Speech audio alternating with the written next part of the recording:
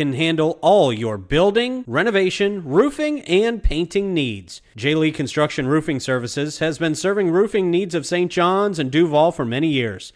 They pride themselves on developing long-term relationships with their customers. They use only the highest quality products available in the industry. And that means the most tried and true, as well as the most innovative products available today. In the market for new construction, J. Lee Construction offers you the finest crews, project managers, and administrative professionals in the area. Whether you're building a new home from the ground up, upgrading current systems, or retrofitting an existing site, J. Lee Construction has the expertise and resources available to bring value to your project. Give them a call, 904-669-0284. J. Lee Construction, your hometown builders.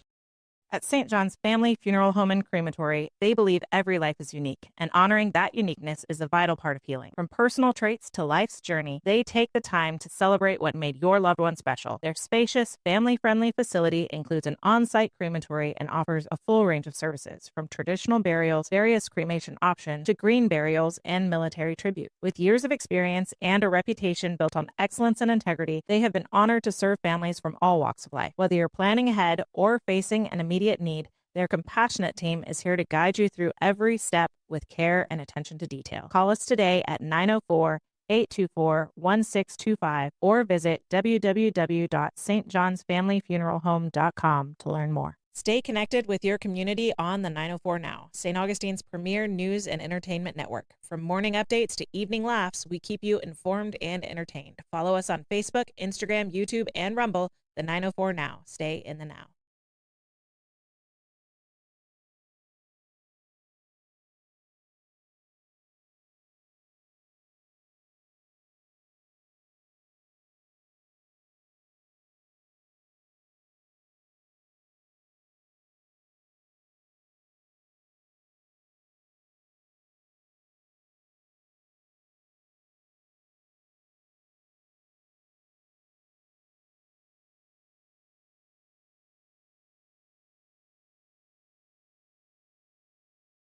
Barwick Banking Company is where tradition meets innovation. With over a century of history and roots deep in community values, Barwick Bank offers all the modern conveniences of big banks, plus the personal service only a local team can provide.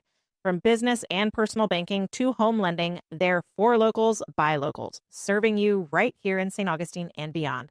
Visit barwickbank.com or stop by on the island at 101 Marina Cove Drive. Barwick Banking Company, where your future is local. Member FDIC.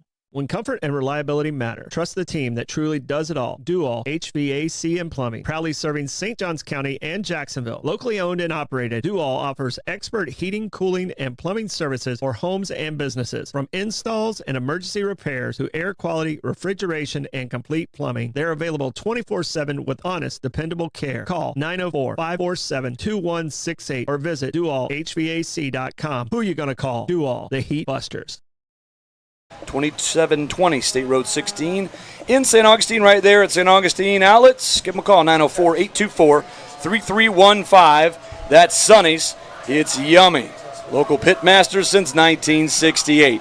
Hey, it's a great night of football. We're glad you joined us here tonight, whether you're listening to us on the radio or you're checking us out on the 904 Now app. We've got a great one here for you. The Falcons come in 1-0, and the Yellow Jackets 1-0 as well, and we'll get to the Falcons here in just a little bit. Joining me in the booth for the very first time is a familiar name and a voice for the Yellow Jacket program. Mr. Austin Lee will join me here tonight. And Austin, I appreciate you taking some time to join us this year, taking a little step back from the football side. You thought you'd join us on the radio side, but how are you doing? I'm good, man. I'm really excited to be here. It's something I wanted to do since I was a little kid, so it's kind of cool coming full circle. So yeah, last week the Yellow Jackets, barring a almost 2-hour weather delay, got it in, and they got it on in a big way. 41-0 was the final score against Palatka, and really it was all St. Augustine from the get-go. 5 takeaways by the defense, and I know you were excited about that and the way that they performed. But the Yellow Jackets, they did what they had to do on offense, made some plays in the passing game as well, got the ground game going just enough, but really it was the defense that I think was the story last week. Yeah, no doubt. I mean, in games like that when it's wet and rainy and the ball is slippery, it's really just about don't mess it up. And I think we did clearly a much better job of that. Palatka, there's takeaways and there's turnovers. A lot of those were turnovers. They kind of just gave it to us, pitching the ball, and just couldn't catch it, couldn't do the simple things. And to be fair, you have to capitalize on it, and that's what we did. We had 0 turnovers, and we played with the same wet ball. So that's going to lead to the score, 41-0. Total yards, 270 for St. Augustine to only 14 total yards for Palatka, 36 in the passing game, and most of that was on one play, and minus 22 in rushing. That's minus 22 yards in rushing for Palatka last week, and that's a big testament to the way the defense played. And speaking of the defense, so we talked about that in the pregame a week ago. 9 seniors from a great unit a year ago. You're very familiar with those guys. So a lot of guys were asked to step up and take on some leadership roles this season. And I think that a lot of those guys stepped up in a big way, including the guy in the middle, and that's Andy Burchell. Yeah, no doubt. It's interesting to just see the growth, because once you realize you're the man for the job, you automatically just kind of take a step up and do what you have to do. Because a lot of these guys a year ago they weren't even thinking about playing more than 5 snaps, and then next thing you know, they're getting 45, 50 snaps on the field, and got to be the guys. And once you know the role is yours, you start acting like the role is yours, and the next thing you know, you're doing it well. The one unit I think that really impressed me last week, Austin, is the defensive line. Basically a rebuilt defensive line. You were familiar with the squad last year. You worked with those guys. So these guys coming up had some playing time, but weren't necessarily starters. But the guys up front, Damian Spivey, Markel Logan, DeAndre McCray, those guys in particular really, really made it difficult for Palatka last week. Yeah, and Markel's a guy that really played a ton I shouldn't say a ton. He played a good bit behind Bubba Gardner the last couple of years, but maturity was always kind of his thing. And to be fair, he's a freshman and then a sophomore. Now he's a junior, and there's no doubt that he's extremely talented, got great size, and he right off the bat came out, played well last week, I should say. And Damian Spivey, he handles himself like a senior since he was a freshman. So it's really awesome to be able to see him and get out there and play well and really have a spot on this team. And then talking about what I was saying a second ago, DeAndre, he was a guy that, he was on JV. There was no chance. I'll be honest, when I came a couple weeks ago and saw him come out, I was like, is that Dre? Is he the guy right there? And so, again, it goes back to what I said. Once you realize you actually have the option, and if you act a certain way and you do the right things, you can be on the field. Well, you start doing it, and next thing you know, you're on the field making plays. So it was really good to see them play well and do what they had to do. On the other side of the football, offensively for St. Augustine, it was Brenton James who came out as the quarterback, a new quarterback. You have Lachlan Hewlett for 3 years. He moves on. He's playing on Saturdays now. And now Brenton James steps up, and he had a pretty good game himself. 191 yards on 11 of 19 passing, 3 passing touchdowns, and he had a rushing touchdown as well. So he did it not only with his arm but with his legs. And I was impressed. He got outside of the pocket. Didn't seem like he was panicked a lot last week against a very big physical defensive front for Palatka. But at the same time, he was able to make plays when he needed to, and he got it into the hands of his receivers. Yeah, no, he did play well. And that's one thing that, especially the last few years, Lachlan is kind of like a Mahomes-type guy. He's not going to take off and run, but he'll make some moves in the pocket. Brent can definitely use his feet and get some yards. He's not going to be Jalen Hurts will say, but he's got that element to him. And he's learning the passing game. He's a junior, so the speed of the game, being on the field for meaningful snaps, not just mop-up duty like when you're an underclassman, it's starting to catch up to him. He's starting to figure it out compared to Ponte Vedra. It was a good leap last week, and I'm hoping to see even better improvement tonight. So, looking forward to seeing how he follows that up with tonight against a tough Pedro Menendez club. Speaking of the running game, we were talking about Brenton James, but Trendell Anderson back in the backfield. 10 carries for 34 yards and a touchdown of his own. Darrell Preston also had a touchdown. So 3 rushing touchdowns, 3 passing touchdowns a week ago. Very balanced attack from the offense. Looking forward to seeing how they follow that one up here tonight. Hey, we got a great night tonight. Hey, here's the thing. No rain. Now that might be some in the forecast. We're hoping that it all holds off. But last week, as you remember, weather delay or over 90 minutes, and certainly not looking forward to anything like that. Our Senior Spotlight returns this week, presented by Realtor Debbie Duno. And this week I caught up with Sean Rannick. We'll talk about him, or we'll talk to him, I should say, at halftime, and we'll get that one underway. We're keeping an eye on some games in and around the SJC. Bartram Trail is at Ponte Vedra tonight. Creekside at Nice. Tucoy Creek is at Westside High. And that's pretty much it. We got these two games here tonight. Beachside played last night and got a big win against Inglewood. And so we'll keep an eye on the active scores in and around the SJC. Right now, let's throw it back to the studio. Will our sponsors get some work in? We'll come back.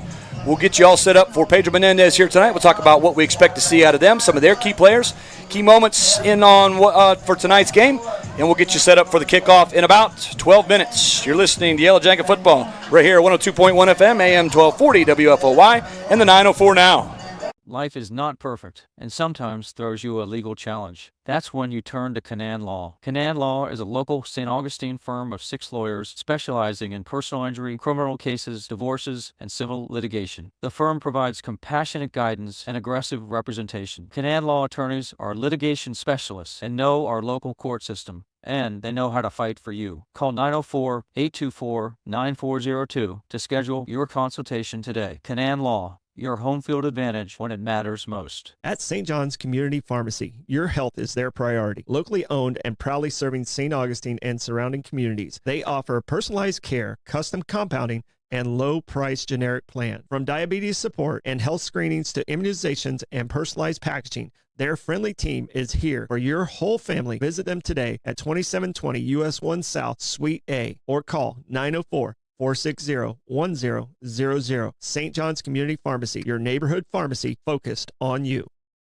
When disaster strikes, trust Stanford Restoration, St. Augustine's #1 emergency water and mold removal experts. For over 25 years, they provided 24/7 rapid response for water, fire, and mold damage, arriving within 60 minutes to protect what matters most.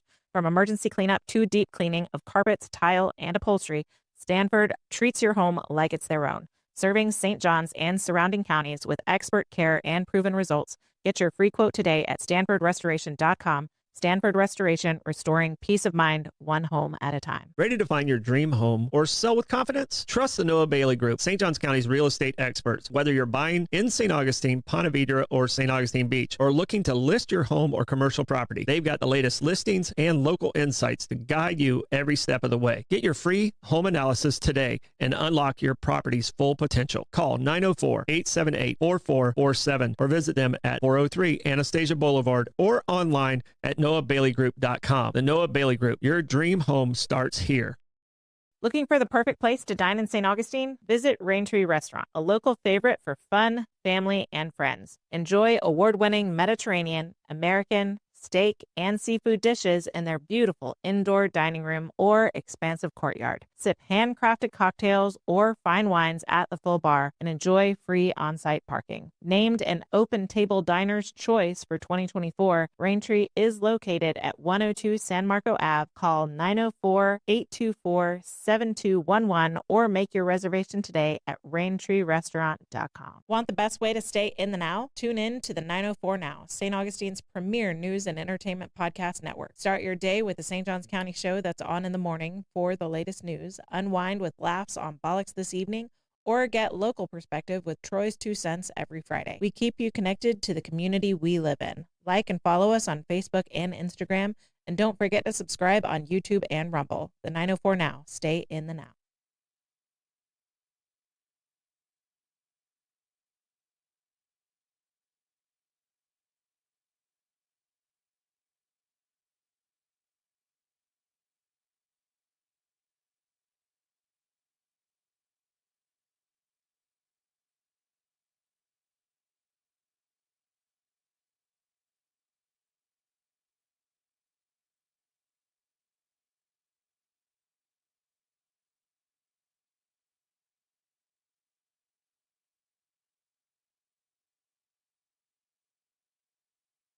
J. Lee Construction, Roofing and Building Services is a Jacket alumni-owned builder that can handle all your building, renovation, roofing, and painting needs. J. Lee Construction Roofing Services has been serving roofing needs of St. John's and Duval for many years.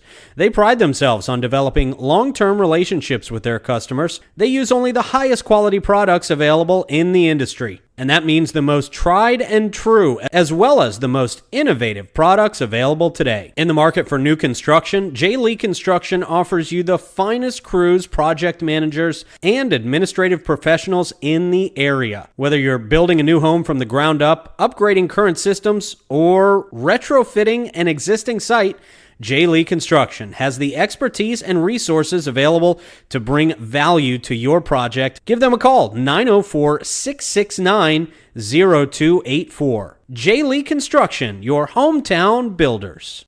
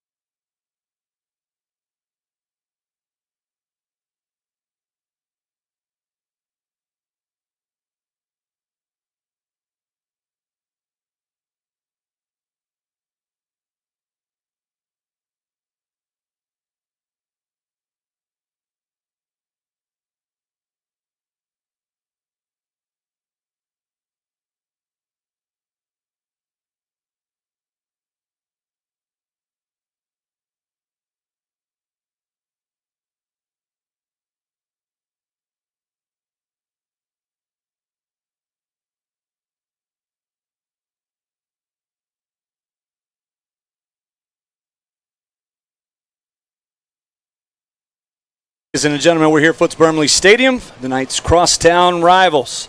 The Pedro Menendez Falcons come into the Big Foot tonight. Got about 6 minutes till we kick this one off.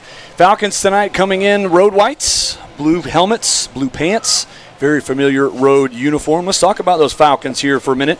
Last week, a win, 33-7 up at Sandalwood, and they were pretty. They were pretty productive. Quarterback Cash Downey, 230 yards passing and 1 touchdown. He had 34 yards rushing and a rushing touchdown. They had a platoon of running backs rushed for about 200 yards and 3 rushing touchdowns, and they spread the ball all over the place. 5 guys with 2 receptions or more. So I asked you, Austin, a lot of guys to keep an eye on. How would you attack this Falcons offense tonight? Yeah, so one thing they do very well is they do run the ball. They run the ball well, and they got a lot of option. So definitely got to make sure everybody knows their option responsibilities. If you're out of the box, meaning outside of the tackle, you got the pitch man. If you're inside the box, you're a quarterback player. If you're a defensive end, they down block. Got to make sure you're squeezing and forcing that quarterback to give it, and if he does, pull it, be on him and ready to chase him inside out. Their pass game is definitely suspect. The quarterback is the spoon that stirs the drink, so to speak, but the offensive line, pretty suspect pass pro, so he doesn't really get a lot of time. He'll get 1 read. If it's not there, he's taken off. But he's played a lot of games, and he is a good player, and he can run around. He can make plays with his arm, make plays with his legs.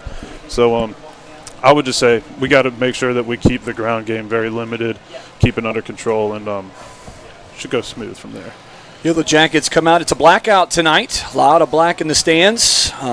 Yellow Jackets with black tops, black bottoms, always familiar gold helmets. Numerals in maroon, trimmed in gold.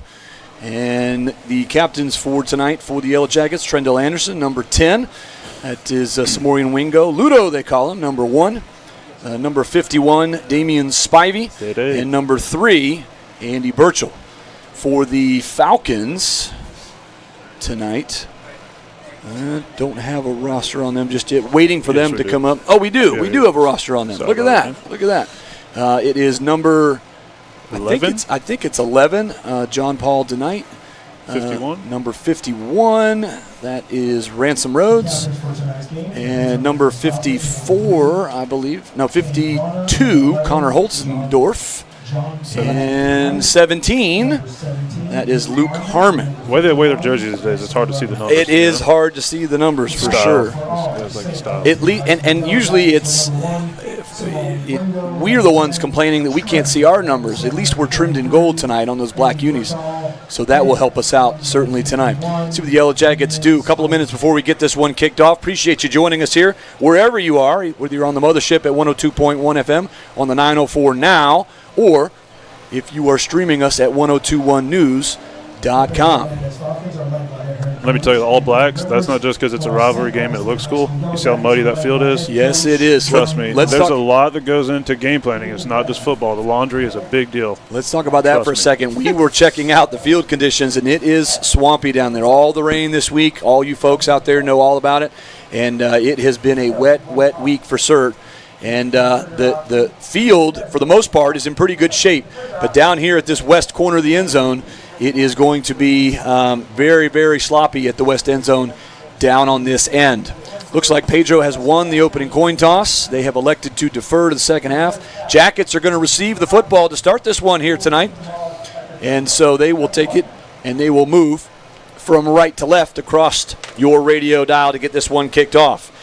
So, Falcons, Jackets. Where are our guys? The St. Johns County crosstown rival. And the main crew, here they come. Been waiting for the Yellow Jackets to set up in the west end zone there, and they finally made their way out. Fashionably. And fashionably late, exactly. All right, Austin, so new experience for you up here in the booth. If you're on the field right now, what's going through your mind? Usually this time I would try to enjoy everything that has nothing to do with the game. So I would look around at the band, check out the student section, see what's going on. I know that may not be what you were actually wondering or thinking I would say, but that was what I would do when I was coaching. Because for the rest of this time, I'm going to be locked in. So try to see what kind of fun they're having, try to smell a hot dog or something. There you go. But yeah, no, just at this point, the hay is in the barn. So always just got to go out and do it. Always good hot dogs here at the foot. Falcons enter from the east end zone. They will head to the visiting sideline. And Jackets are fired up. They are ready to enter from the west end. You know, I miss whenever the cheerleaders would like write some type of insult to the other team. Yes. Remember that back in the day? Yes, I do. Haven't seen much of that lately. No, you know, when people. I'm sure it's not appropriate. Yeah, you know. Yep. Oh my goodness. Here come the Jackets as they enter from the west, and we are 60 seconds away from getting it on here at Foots Brumley. Thanks for joining us here tonight. This has been the Sonny's Barbecue Yellow Jacket Football Pregame Show on WFLY 102.1 FM. Give them a call, 904-824-3315. Let them do the cooking tonight. It's Sonny's. It's yummy. All right, Jackets will get the football first to start this one, and we'll see who they set up in the back. The back handspring coming out of the tunnel or whatever. It's a nice touch. That is I will say that wouldn't be Coach Wiles approved. No, sure Coach Braddock was wrong. Probably, yeah, probably not. Yeah, I don't know if it was Coach Braddock approved either. I think it just they got away with it. That's what I'm saying. I'm sure he is rolling his eyes, and I can tell you there's been a lot of conversations over the years about the dances after the touchdowns, and But these days they see all this stuff, and at the end of the day, it is supposed to be fun. So as long as it's not hurting anybody else, but the problem is you can get hurt by doing those foolish things. Trendell Anderson and Makari Spencer back deep for the Yellow Jackets. Foot meets leather, and we are underway. Taken at the 2-yard line. 15, 20, touchdown. 25. There he goes into space. One man to beat. He gets by him. There he goes midfield. All the way down inside the 40. Inside the 30. Run. One man to beat. Can he get there? No, he will not. And it's a touchdown. 98 yards for the touchdown. And we are one play in, and it's 6-0. Yep, alley cat right. Coach Wiles brought that over, I believe, in the mid-2000s, and Pedro got lapped over and had we'll say chest to back. That's the nice way of putting it, and didn't stay in their lanes, and there was a nice alley and ran right down the hash. Jackets up 6. Excellent return on the opening kickoff, and Pedro Menendez down early in this one. Not how they scripted it. So here comes Moses Laprise, who was 5 of 6 on PATs a week ago.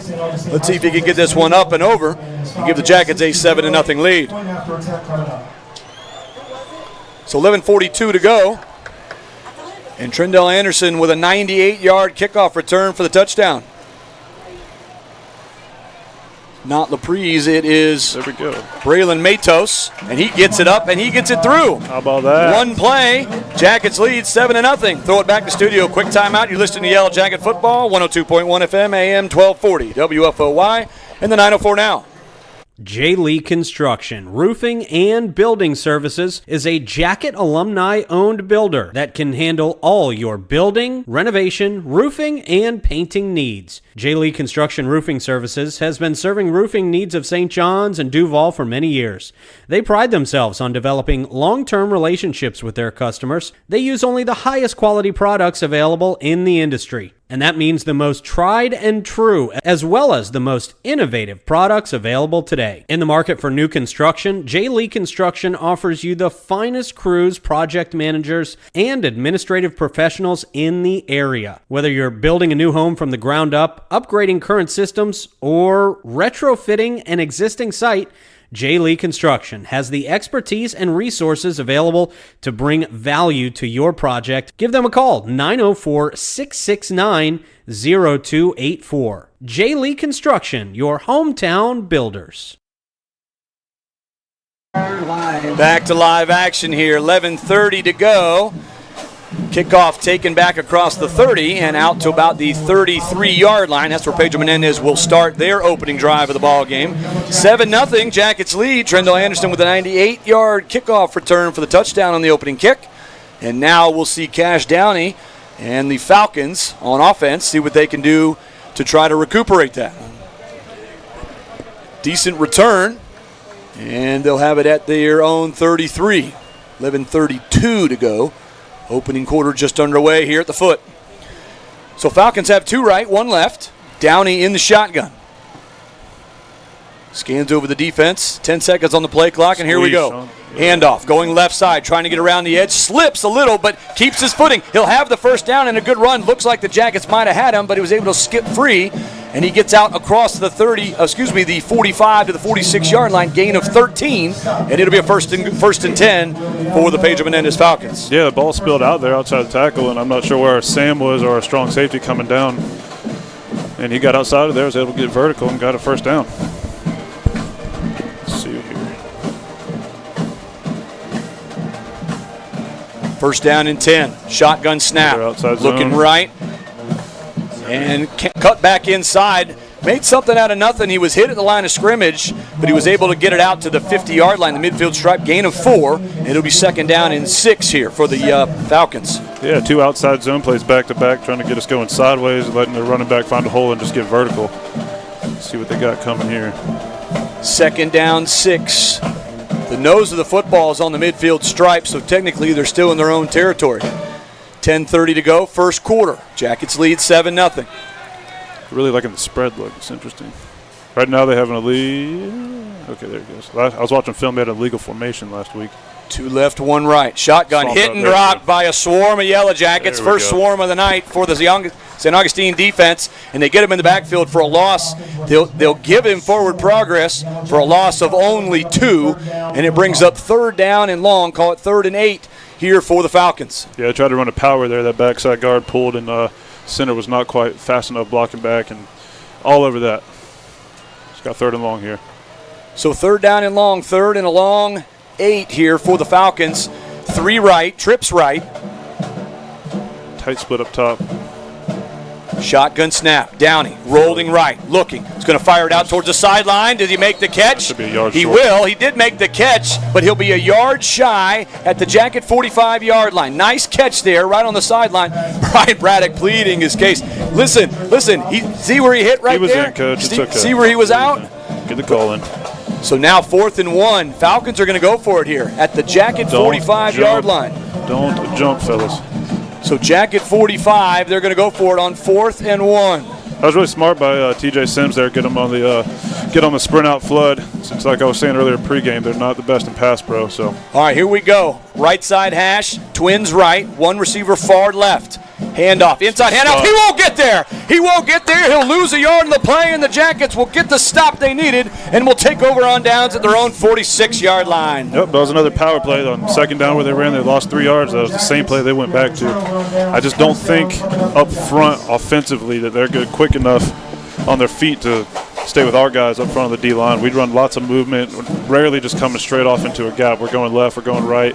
And with that movement, when you start running gap scheme, meaning that you're pulling offensive linemen, you can have guys shoot gaps just like that. And there you go. They run that play 2 times, totally -4 yards. So hopefully they keep coming back to it. Jackets leading 7-0 here. 9:57 to go, first quarter. Jacket offense on the field for the first time. Twins right, one left. High snap to James, gets it down. Handoff right up the middle, and it's a nice run. Preston, I believe, on the carry, and he's just dragging tacklers off that right side into Falcon territory, and he'll take it down to about the 49, 48-yard line.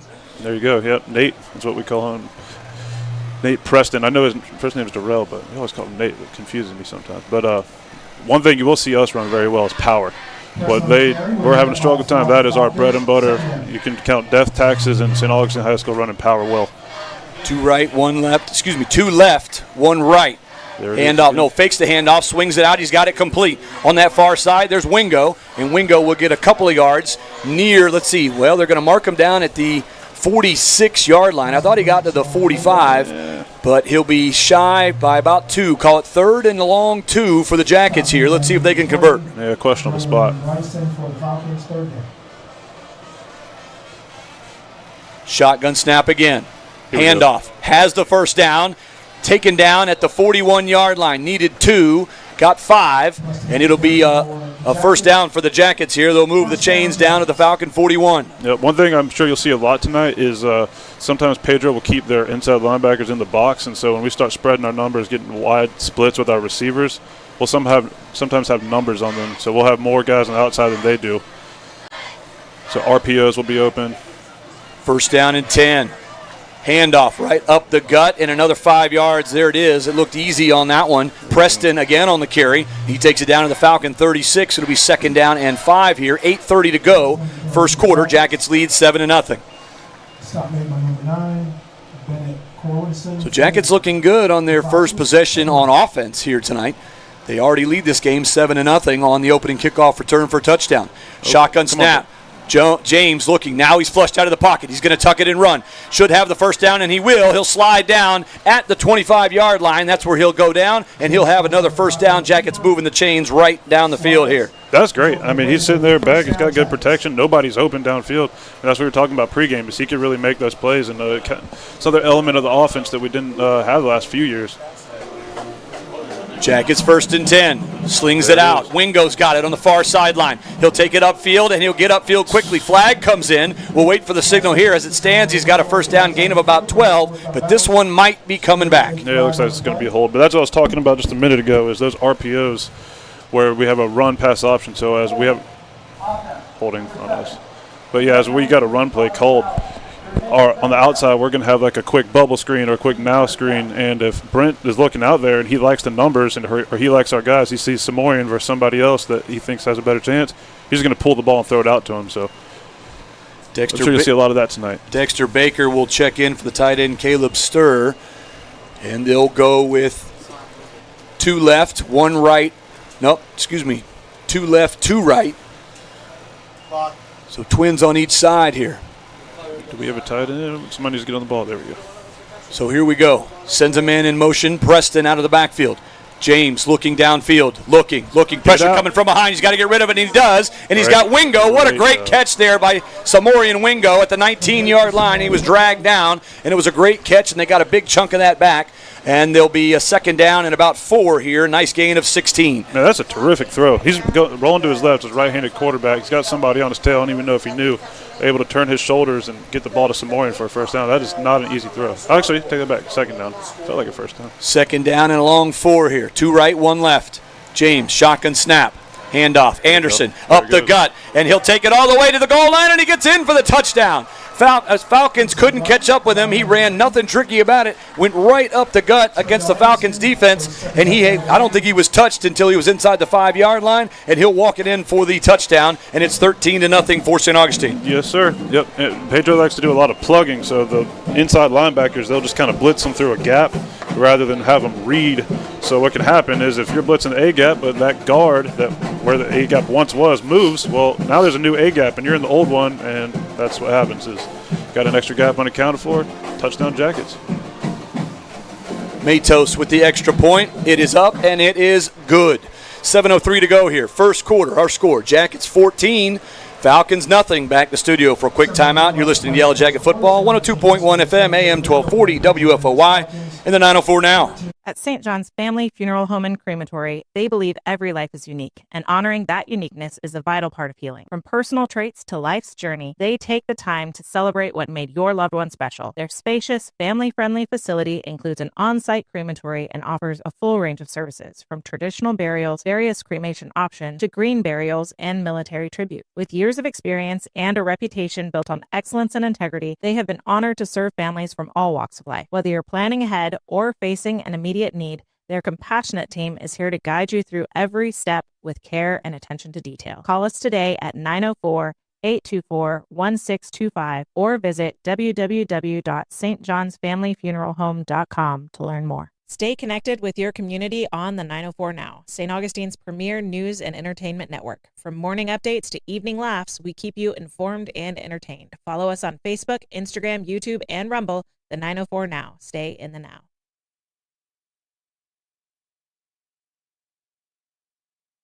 First quarter, Jackets with a 14-0 lead. Trendell Anderson with 2 touchdowns here tonight. 98-yard kickoff return for the touchdown, and he just punched one in from 19 yards out. And the Jackets comfortably have a 14-0 lead. So, Falcons get punched in the mouth here. They're going to have to regroup. They've had a little success over the last couple of weeks, and now all of a sudden they find themselves down 14-0 early. They're going to have to respond if they're going to get back in the ball game here. Yeah, they need to just put a good drive together here on the ground, because if they start getting behind, like I said, their passing game is it's going to be tough to get a minute. So just calm down. It's only 14-0. Put a drive together, one play at a time, and see where we can go from there. Short kick, taking it to 21, 25, and he'll be hit and taken down. Nice tackle there. Good open field tackle at the 25-yard line. And it looked like he might have had some room off that far sideline, but the Jackets closed in early on special teams, and that's where the Falcons will start 1st and 10 at their own 25. Yeah, you can tell when an up back gets the ball, because he's kind of like, oh, I wasn't planning on this. The guys are supposed to get her behind me. So he just they like to go sideways. Good field position defensively for us to start with. Whenever you can get on the other side of the 25, it's always nice. So it looks like they'll actually put them back at the 23-yard line, and that's where they will start here. 6:54 to go. First quarter, Jackets lead 14-0. 2 right, 1 left here for the Falcons. Downey in the shotgun. Rolling right, looking, fires it to tight end. He's got it complete, and it's out across the 30 to the 31-yard line. That was big number 10, Jaden Logan, and Logan will get about 6 yards on first down here. Yep, good. That's going to have to be their passing game tonight, in my opinion. So you got to be shot plays or rolling out and trying to get easy layups. Good, just little chunk plays here and there, because I don't think they're going to be able to drop back and get anything going that way. So Birchall on the tackle. He'll get him down after now let's give him 4 yards, it looks like. Shotgun snap again. Handoff, not much. Hit and dropped by a swarm of Yellow Jackets at the line of scrimmage. 52, DeAndre McCray was the first guy to get up in there, but I see a couple others as well. Sean Rannick was in on the tackle. And just a reminder for our senior spotlight this week, Sean Rannick will join me on the interview, so stay tuned for that at halftime. Yep, try to run a draw there, try to get us going upfield and then hand it going right past us. Good vision by the D-line to see what we got going. 3rd and 7, see what Coach Braddock cooks up. No gain on the play, brings up 3rd and long. Call it 3rd and a long 6 here. Shotgun snap going across the middle, and it is tipped away and intercepted. Picked off. It was tipped by one defender and right into the hands of another, and the Yellow Jackets will get an interception, and it was number 3 for St. Augustine, yep, Brandon Whitfield. Man, what a great play. So that was the drop back, and they tried to just, I believe, hit the number 2 to the boundary, so the guy closest just right down the seam, and he didn't step into it very confidently and tipped up, and now we got the ball. First takeaway of the ball game by either team, and St. Augustine is in business here at the Falcon 45-yard line. First down and 10, and they'll go back on offense here on the plus side of the field. Which, fun fact, I'm sure everybody remembers Bam Lyons. That's Bam's little brother. What a great player, Bam Lyons. In my opinion. Had a long career here. Remember getting some adequate playing time as a true freshman here, and started for 3 seasons after that. Shotgun snap for James. Going to fire it out, and it is caught. Trying to get upfield, gets away from one defender, gets upfield, and will have the first down. And what a great play there by the newcomer, That was Julio Santiago, number 5, on the far side of the field. That was great protection. Had 4 verticals there, and we run a lot of choice, meaning the outside wide receiver, he can either choose to keep running if he thinks he can run past the corner, or if the corner's playing on top, he can just sit it down. So it takes lots of timing, lots of reps at the quarterback, and they were playing on top, sat down, easy completion. 10-yard gain. They'll get the first down. 1st and 10 from the Falcon 35. Shotgun snap, handoff, up the middle again. I think that's Preston. Flag comes in. Looks like holding territory. It's a couple of yards on the carry, but I think this one's coming back. Yep, sure is. So, nothing's more frustrating than that. holding's the call, and it will cost them 10 yards again. Second penalty of the night for the Yellow Jackets. I will say the defensive line for Menendez is they're solid. They're a solid group. They are physical. So, I mean, that's why you're going to get some holding calls here and there, is because if you can't move people easily and start getting off, next thing you know, your hands get outside of your frame, and now there's jersey showing, and refs like to be involved in the game if they can be. 51, Ransom Rhodes. He is a legitimate nose guard in the middle of that defensive line there. Pressure's coming. James gets it away. Got it complete. Now gets upfield, and that's the other newcomer, Caden Smith, I believe, number 11. No, check that. That's Preston, Darrell Preston, who was lined up as a wide receiver. And he gets upfield and gets a big chunk of that penalty yardage back all the way down to the Falcon 30. So second down and 5 now for St. Augustine. 4:40 to go. First quarter, Jackets lead 14-0. Handoff, Preston. Left side, makes one guy miss, makes another guy miss. Great move there. 3 great moves. A late flag comes in, and I think this one's going to go against Pedro Menendez, as Samorian Wingo's helmet was taken off as he was going against one of the DBs. But Preston with a great run here and takes it all the way down inside the 15-yard line. We'll wait for the signal. Preston's going to come off the field. You got to keep it poised there. Can't grab face mess. I didn't see it. I just saw it at the end. I was just going to say, I caught it at the tail end as Wingo's helmet was coming off. On the outside, helmets don't normally come flying off. No, they certainly don't. One-on-one unless they're getting grabbed. So the side judge threw a flag in as he was the closest official, but the head official threw his flag as well from the opposite side of the field. So we'll see what the call is here. Oh, it's going to offset.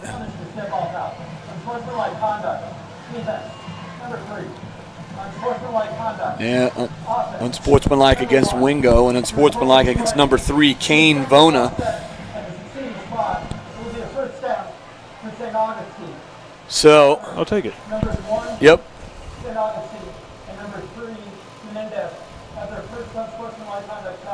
So their first unsportsmanlike for both players, Wingo and Vona, for the Falcons, and so they'll get one more, and they'll have to hit the showers. So 4:27 to go here, first quarter. Jackets on the move in the red zone now for the second time, as they have it at the Falcons 16, and they are looking for more here. Already leading 14-0. We still got 4:27 to go here in the first quarter. Having some issues. Scoreboard just went out. Having some issues with the scoreboard. We had a couple issues last week, and this week it looks like it's happening again. So, and this game is the most fun, just as far as who you're playing against, because you know a lot of guys on the other side of the ball. You know, a lot of times you went to elementary or middle school with some of the guys, and right. This is what can happen. But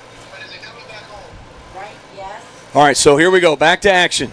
Shotgun snap, handoff, left side. Preston makes a guy miss and takes it into the end zone for the touchdown. Preston really getting the Falcons with those kind of shake and bake moves, and he got it and got 2 guys down to the ground, takes it to the corner of the end zone. He'll punch it in for the touchdown, and the Jackets lead 20-0. Yep, another power play. Just like I said, it got a good double team, move that 3 technique, the B-gap player on the defensive line for Pedro, move him off the ball, and then good move by Nate, and touchdown Jackets.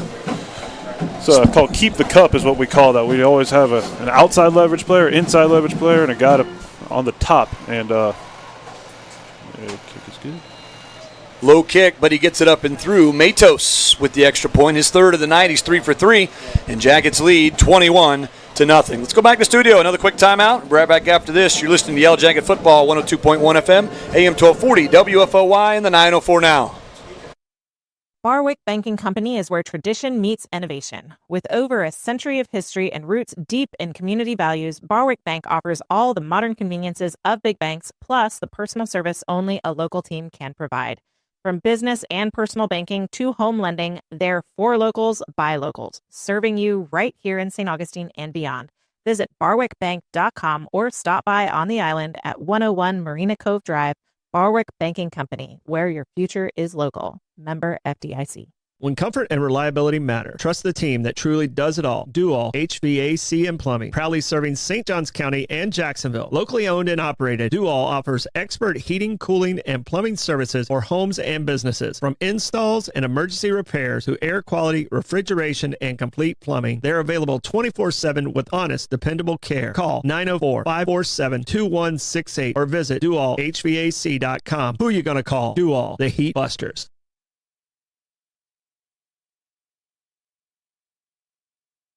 Its lead 21-0. About 4 minutes and 19 seconds to go in the game. Coach Brian Braddock is kind of pleading his case on the unsportsmanlike with both teams, and having some issues with the scoreboard tonight. Scoreboard's being finicky, and so we'll keep the official time, I believe, on the field for now. But we'll give you updates as we go. It is 21-0 here, still in the first. A little over 4 minutes to go here, first quarter. Couple of scores in and around the SJC. Ponte Vedra is now up 10-0 on Bartram Trail. Whoa. And Creekside leads 9-0. I'm sorry, Nice leads 9-0 on Creekside. So we'll keep an eye on those games throughout the evening. Short kick taken at the 8-yard line. 15-20. And a good tackle in open field, trying to make some guys miss, but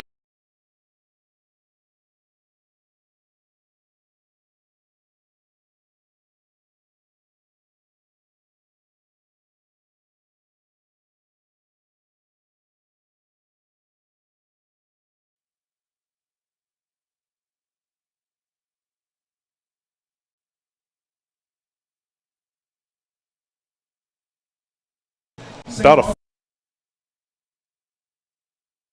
a score. You start thinking about it that way, like getting a first down is hard. So if you can make them have to earn another first down and a half, it really puts the odds in your favor. So first down and 10 for the Falcons here. And I think the officials are coming up with a game plan on keeping the official game clock. Are we in a water break at the moment, or are we we're trying to figure out what we're doing here at the break? Trying to figure it out because they're looking at watches. Got it. So we're looking at all kinds of different things. I think we've got it figured out now. Scoreboard says 4:27, but it's been 4:27 on the scoreboard for a while. So I think we're about 4 minutes. It should be 4:22 when we scored. So there's should be about 4:15 or so. Shotgun snap there's here. Option. Downey on the keeper, nothing doing. Just nothing doing. He's going to lose 2 yards.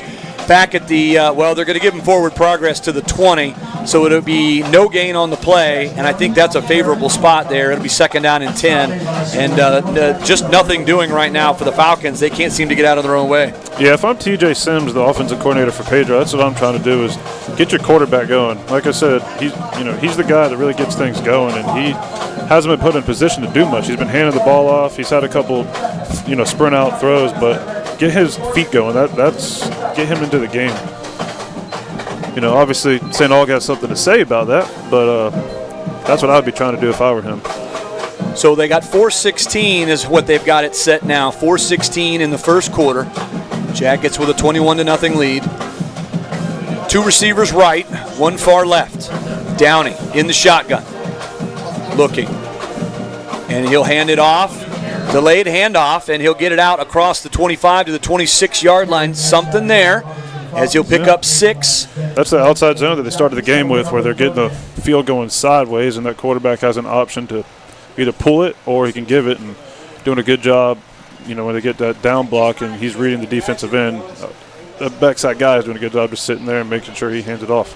Third down and 5 now for the Falcons at their own 26-yard line. Clock running. 3 minutes, 32 seconds to go first quarter. Jackets with a 21-0 lead. Downey, shotgun snap. Get looking. vertical. He's going to fire it, and it is almost intercepted. Outstretched hands, but couldn't bring it in, and a great reaction to it by the DB, and it'll go 3 and out for the Falcons there, as he couldn't quite get his hands on it to reel it in. Yep, that was a field 3, so I believe that's what it was. Sent Willie Elmore from the field. And Dayron Jenkins, 21, on the tip there. K-Ron Robinson, I've been corrected by Jake Walton, our spotter.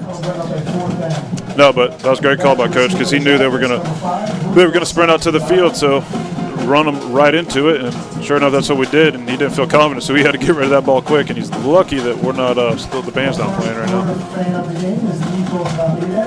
So Santiago back at his own 40-yard line and will await the punt. 3:10 to go here, first quarter. Whoa. Jackets coming on a blitz. They do run into the kicker. Does the flag come in? No flag comes in on it. Oh, look, he's upset. And he is giving the officials some business, as he expected to get a flag out of that.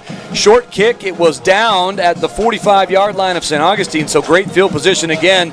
No flag comes in, and I'm a little surprised by that, Austin. It seemed like the punter sold it well enough to maybe even get a 5-yard variety. There was a chance there. He needs to go to, if he transferred here and went to the performing arts, he'd probably maybe get some lessons, because there was contact there, but he actually tried to stay up, and then he started thinking about, wait, if I fall, and then if he'd have done it more naturally, I think he would have got it. But good for him arguing. That's what I always said. Hey, argue your call, just don't get a flag. So first down and 10 for the Jackets here, 3:01 to go, first quarter. Jackets with a 21-0 lead. It's been all St. Augustine here in the first quarter. And they'll have it first and 10 at their own 45-yard line. James in the shotgun, two left, one right. There's that RPO. Yep, Wingo gets it upfield into Falcon territory. Gets past one defender, gets away from another, and all the way down to the 25-yard line. And that was a great catch and run for 30 yards for Samorian Wingo all the way down to the Falcon 25. Yep, that's what happens. And it's players, not plays, sometimes. When you got a special guy like Samorian out there, just get him the ball. Doesn't really matter how you do it, but if you get Samorian the ball in space, good things usually happen. Jimmy's and Joe's, not X's and O's. 100%. Nice handoff, Anderson up the gut, and he'll get a couple to about the 22. Give him 3 yards on first down here, brings up along 7 and 9. 2:30 to go, first quarter. Jackets nearing the red zone again, already leading 21-0. Yep, nice ISO play. Remember when they used to run I formation and just open up a hole, fullback would go through it, and then the running back would get the ball? That is exactly what that was, just looks a lot more modern. Here's power. Two receivers right, one left. James across the middle. Wingo's got it, and he's got it into the end zone for the touchdown. Ooh. Caught it at the 5, dragged the defender to the goal line, shook him, and walked into the end zone nonchalantly. And it is 27-0 here, first quarter. Yep, that was another RPO. Put the ball in the running back's stomach. Samorian has a glance, which basically is a 5-step slant, and they like to plug their backers, like I say, and there's nobody there. Brent pulls the ball out. Touchdown Jackets. 2:09 here, first quarter. Matos will come on for his 4th extra point try. Been perfect tonight, 3 for 3. Good snap, good hold. Kick is up. It was tipped, and it'll be blocked. Blocked extra point. So as soon as I give some props, look what happens. Blocked extra point. So it remains 27-0. 2:09 to go here, first quarter. Back to studio. Another quick timeout. You're listening to Yellow Jacket Football. Life is not perfect, and sometimes throws you a legal challenge. That's when you turn to Canaan Law. Canaan Law is a local St. Augustine firm of 6 lawyers specializing in personal injury, criminal cases, divorces, and civil litigation. The firm provides compassionate guidance and aggressive representation. Canaan Law attorneys are litigation specialists and know our local court system, and they know how to fight for you. Call 904-824-9402 to schedule your consultation today. Canaan Law. Your home field advantage when it matters most. At St. John's Community Pharmacy, your health is their priority. Locally owned and proudly serving St. Augustine and surrounding communities, they offer personalized care, custom compounding, and low-price generic plan. From diabetes support and health screenings to immunizations and personalized packaging, their friendly team is here for your whole family. Visit them today at 2720 US 1 South, Suite A, or call 904-460-1000. St. John's Community Pharmacy, your neighborhood pharmacy focused on you. Welcome back, ladies and gentlemen. We're live here. Foots Brumley. Jackets lead 27-0 Still got 2:09 to go here, first quarter, and it's been all St. Augustine in an onslaught, and they will be kicking off here. Short kick will take at about the 12-yard line, 15-20. Looking for an alleyway, spins away through past the 25 and out to about the 28, 29-yard line. And that's where the Falcons will start this drive here. They've got to get something going. They've got to get something working, because right now nothing is working for Pedro Menendez, Austin. Yeah, I'm surprised. They have a decent running game. I was watching the film. I was expecting them to get more yards on the ground, and if I were them, I would just make this a possession game. Just try to keep the ball on the ground. See if you can get 3 yards at a time. Be a little risky. Obviously, you know who you're going against. If you can get to 4th and 1, 4th and 2, make a play, keep some drives together, keep Samorian and Brent and Trindell off the field. But, just one play at a time. Still a lot of ways to go here. And the way you start looking at this is like, even if you're not going to win the game, how much better can we get within the game? How much can this help us down the line? Let's get some wins within the game and have something positive to look back on. Handoff up the middle here, and there's a good run. He'll have the first down out across the 40 all the way to the 41-yard line. Nice run there, gain of about 12, and they'll move the chains for just the second time tonight. There you go. Yeah, see, that's what I'm saying. They can run the ball well. They can be efficient. They just need to do it. They need to put some drives together. They've gotten themselves in some 3rd and long situations where they've had to go to the passing game. Hasn't worked out for them tonight. Downey, kind of a stutter step, and he'll just keep it. I don't know if that was a busted play or what, but he'll get 5 yards out of it, out across the 45 to the 42-yard line. So second down and 5 here for the Falcons. Minute 30 to go in the first quarter. Yeah, that was supposed to go to Jaden Roberts, their running back number 1, and after the play, he's touching his chest like, yo, what's up, man? But Jaden went the wrong way. He liked – quarterback liked something, decided to keep it for himself. Not bad, 2nd and 5, moving the ball.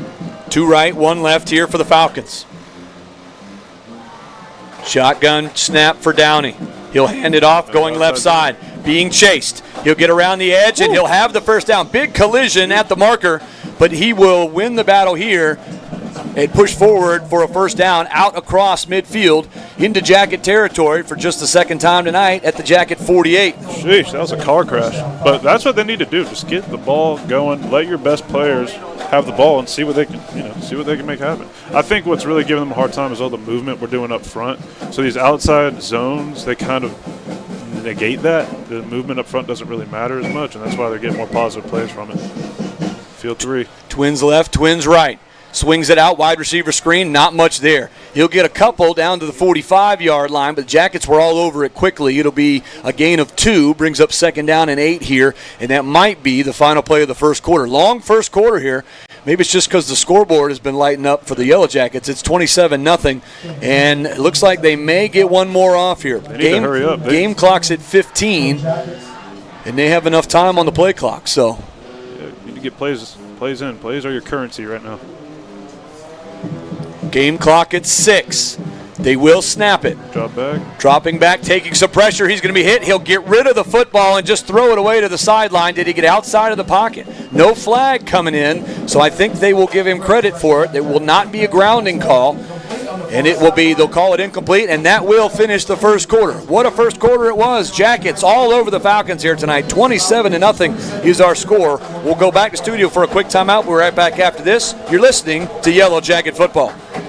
When disaster strikes, trust Stanford Restoration, St. Augustine's #1 emergency water and mold removal experts. For over 25 years, they provided 24/7 rapid response for water, fire, and mold damage, arriving within 60 minutes to protect what matters most. From emergency cleanup to deep cleaning of carpets, tile, and upholstery, Stanford treats your home like it's their own. Serving St. John's and surrounding counties with expert care and proven results. Get your free quote today at StanfordRestoration.com. Stanford Restoration, restoring peace of mind, one home at a time. Ready to find your dream home or sell with confidence? Trust the Noah Bailey Group, St. Johns County's real estate experts. Whether you're buying in St. Augustine, Ponte Vedra, or St. Augustine Beach, or looking to list your home or commercial property, they've got the latest listings and local insights to guide you every step of the way. Get your free home analysis today and unlock your property's full potential. Call 904-878-4447 or visit them at 403 Anastasia Boulevard or online at NoahBaileyGroup.com. The Noah Bailey Group, your dream home starts here.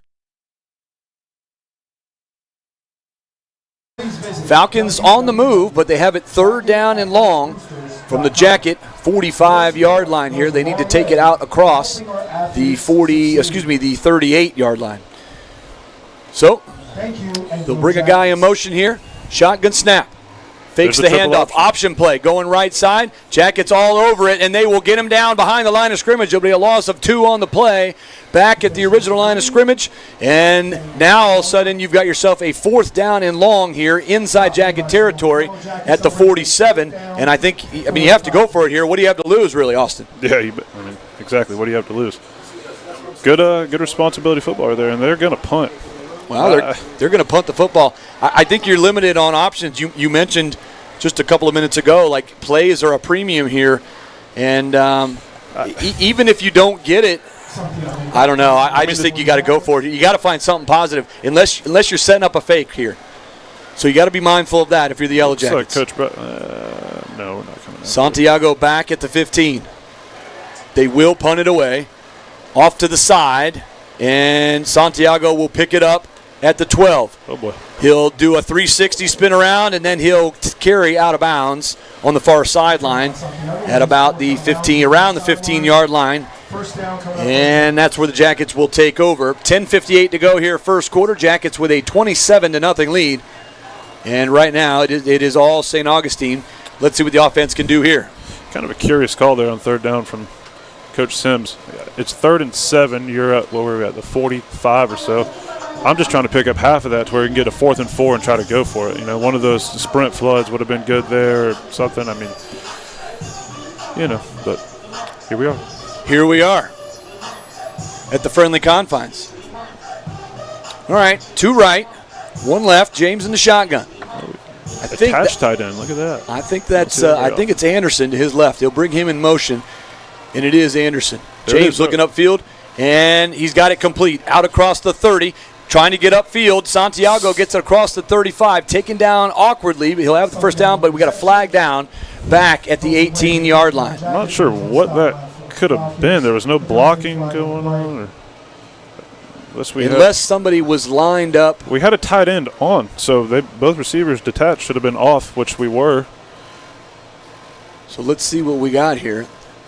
And that tight end didn't go out for a route anyway, so it wouldn't be an illegal man downfield. Still talking about it. Or ineligible downfield. Well, we did sprint, so that's possible. Yeah. I was looking at the formation, the setup. Looking at receivers, maybe it happened. But. All right, well, it'll cost the Jackets 5 here. It'll be 1st down and 15 from just inside the 10-yard line. So another penalty for the Yellow Jackets. I'll tell you what, one of the best things about this game is the whole town comes out. I mean, it is packed. It's a big-time game here tonight. The stands, the Falcons fans, with not that far to go, have come out in big numbers tonight to support the Falcons. 1st down and 15 here. RPO. Swings it out. Santiago's got it. Now he'll get upfield. He'll make one guy miss, make another guy miss, and drag a defender all the way down to the 29. They'll give him credit to the 30-yard line, and it'll be a 1st down for the Yellow Jackets. A nice quick hitter out to Julio Santiago. Yeah, that's what I was talking about. They don't always adjust to formations. We have these really wide splits, so if you have 2-on-2, we're going to block one guy. We think our guy can make your guy miss. That's what's going to happen. False start. Yep, a lot of movement on the offensive line there. Yeah, Falcons did jump, but not before it was a false start penalty against the Jackets offensive line, so it'll cost them 5 yards again. 2 steps forward, 1 step back. Yeah. That's kind of the way that we're operating at the moment. 10-10 to go. 2nd quarter. Jackets lead 27-0 here. It's been all St. Augustine in this one. So the Jackets, same formation, 2 receivers left, 1 right. Wait for the RPO up top again. James, hand off to Anderson. Anderson trying to get around the left side. He'll get a couple out near the 28, 29-yard line. It'll bring up 2nd down and about 12. Got a guy hurt here. So one of the Falcons players is down.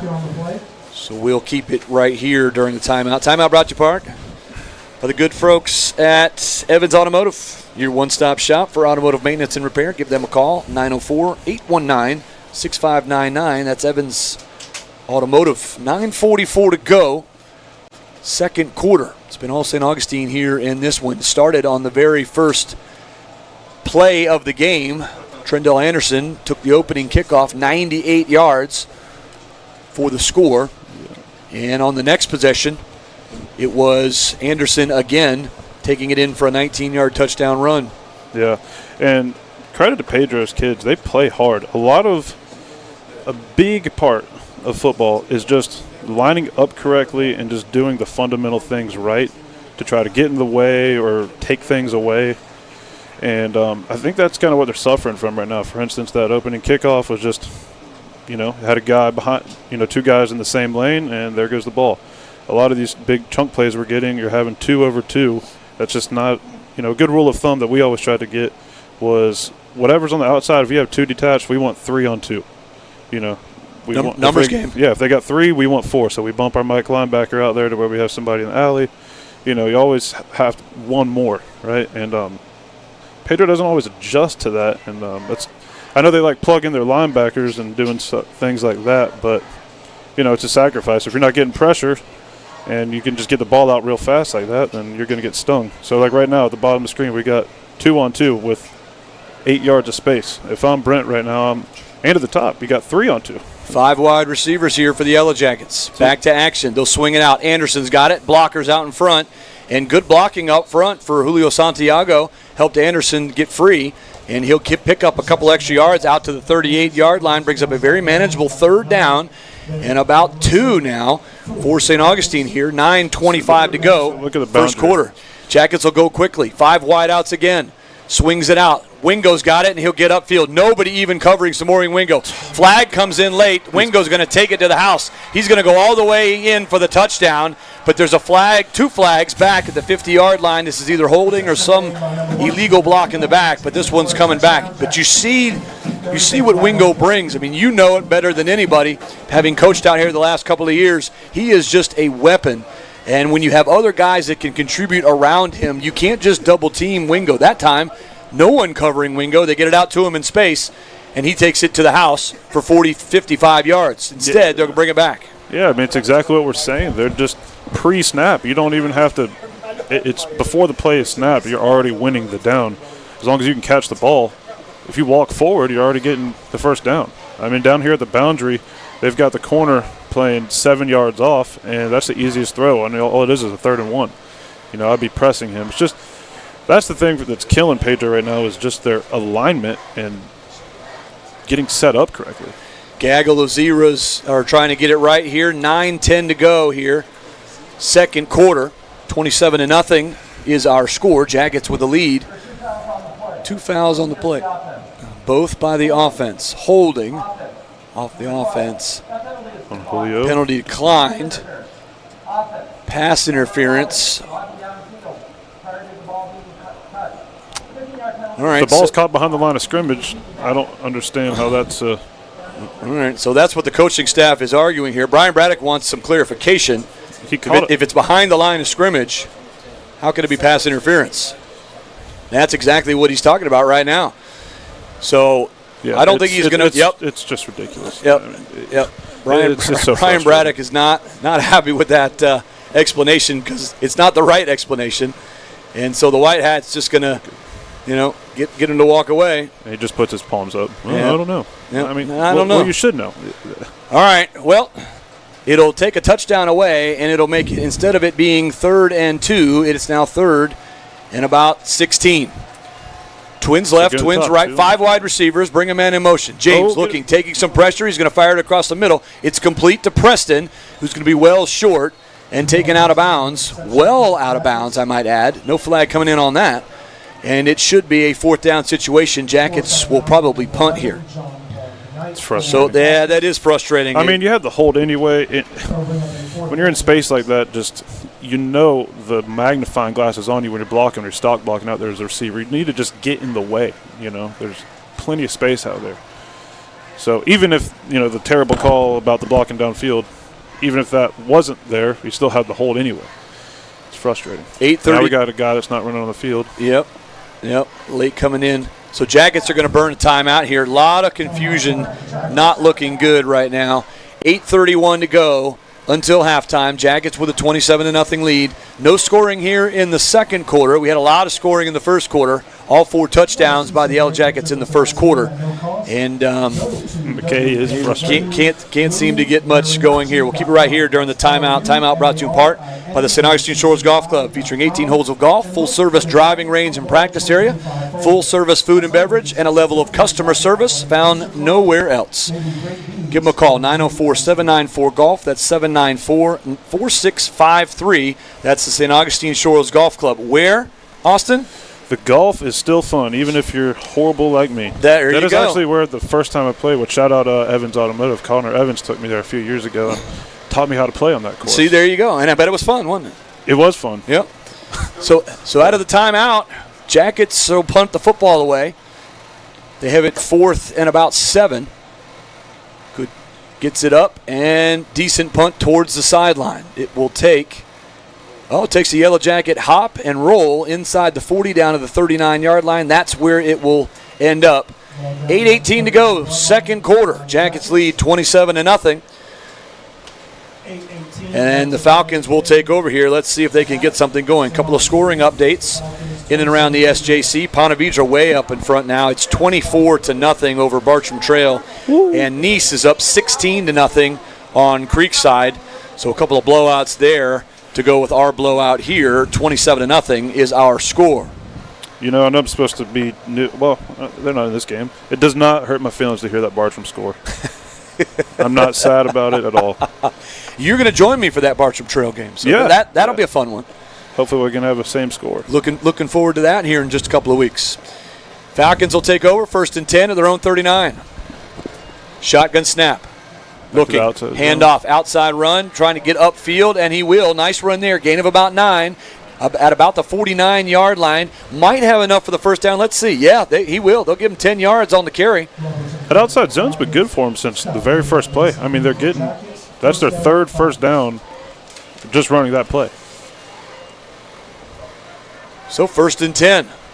Shotgun snap. Handoff, looking. Running right. He'll get upfield. He'll be hit. And he'll be taken down by a swarm of Yellow Jackets. It took several to get cast down into the ground that time, but not before he picks up 5 yards into Jacket territory. And that's what just fundamental football of just lining up correctly and running to the ball. Right there, a guy didn't do his job. He should have squeezed and been on that quarterback. He started doing his own thing, ran for the running back, and just because of hustling and running to the ball, it is, a 4-yard gain? You know, you can live with that instead of it killing you. But that's just why every play you just got to run to the ball. Line up correctly, play your leverage, run to the ball. And that's defense. That's literally it. All this blitzing, everything else, that helps. You need that, of course. But if you do those 3 things, you're going to be in good shape. 2nd down and 5 here. 7:10 to go, second quarter. Jackets with a 27-0 lead. Now he'll set up the play. That should be a flag. The tight end put his hand down. 10 seconds on the play clock. Swings it out, and it is caught. Great play. Spins around, but can't keep his footing. He'll get maybe half a yard on the play. Great defense covering. It was a wide receiver screen to the near side, and he doesn't get much there. So it'll be 3rd down and 5 now for the Falcons. 6:40 to go here until halftime. Way to trigger by McCarry there.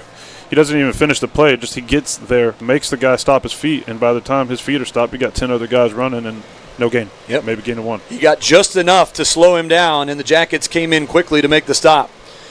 So 3rd down and long, call it 3rd and 5. Clock still running, 6:20 to go here in the quarter. 2 left, 1 right for Pedro Menendez. Handoff, inside handoff, and he'll push his way forward. He'll be close, but I think he's going to be short. Well, it looks like the far side judge had it more. Looked like the near side judge was closer up, but it'll be 4th and 1 here from the Jacket 42. See what Coach brings here. So they're going to go for it here, and I don't blame him. 5:50 to go in the quarter. Jackets lead 27-0. We're going smoke. Smoke's over, so I believe we're going to get 2 guys pressure from the outside D-line crashing in.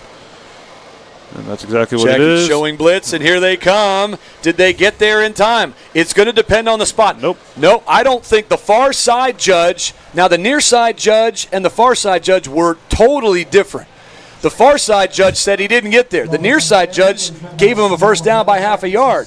But it looks like the far side judge is going to win the argument here, and it's going to be a turnover on downs again. Yellow Jacket defense holding strong and doing their job. You ever see that commercial where the ref's like, well, yes, I completely blew the call in the first down? That might be that. You turn around and wave your hands up and down like this, like you're trying to weigh something out. And so the Jackets will take over on downs here. 5:30 to go. 5:30 to go. Second quarter. Jackets lead 27-0. We'll keep it right here during this timeout. For the record, I don't think he got there. That was actually a good spot. This timeout brought to you in part by the St. John's Housing Partnership, creating safe, clean, and affordable housing in North Florida for over 25 years.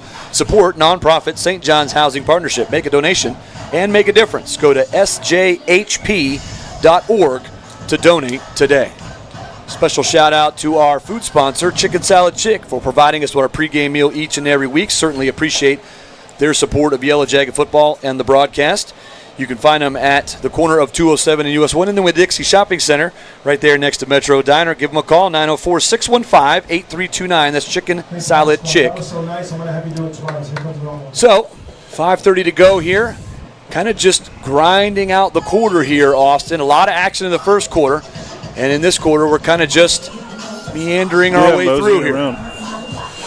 Yeah, it's weird when you start getting these scores getting a little far apart. The foot can come off the pedal a little bit, and focus can potentially lack, which is why you see Coach Braddock and you see, Coach Taylor, our special teams coach, when a guy's not running out when he's supposed to be on punt, you see them losing their mind because it matters. Got to stay involved in the game. 1st and 10 for the Jackets. 2 right, 1 left. Handoff up the middle. And see, right up the middle he goes for a gain of 10 yards into Falcon territory down to the 48-yard line. Is that Anderson? I think Preston this time on the carry. Darrell Preston's got a lot of action tonight. He's got a touchdown of his own here tonight. And so you can pick your poison right there. They went 2 high safeties, and so what do? We just handed off to Nate for right up the gut on power. Here's another power play. Right up the gut again for Preston, and this time the Falcons were on top of it. Short gain on the play, maybe a yard to the 47. It'll bring up 2nd down and long here for the Falcons. Inside of 5 minutes to go until halftime. Jackets with the 27-0 lead. So clock continues to turn. 4:45 to go. 2 receivers right, 1 left. Throw it. Looking over the middle, and he's got Wingo, and there he goes. No one's going to catch Samorian Wingo in open space, and he hits him across the middle and runs away from 2 defenders on his way to his 2nd touchdown of the night. And the Jackets extend the lead. It's now 33-0. There it is. Same play that they did earlier. Nice RPO, got the glance. Boom, touchdown. Let's see, are we going to kick? Yes, we're going to kick. The reason that matters, if you get that 35, you start getting the running clock, at least in the second. Oh, we all know up here, Austin. We're all well aware. For the viewers, if you were wondering why he was wondering. Our viewers are well versed on what that means for us. So, Matos for the extra point.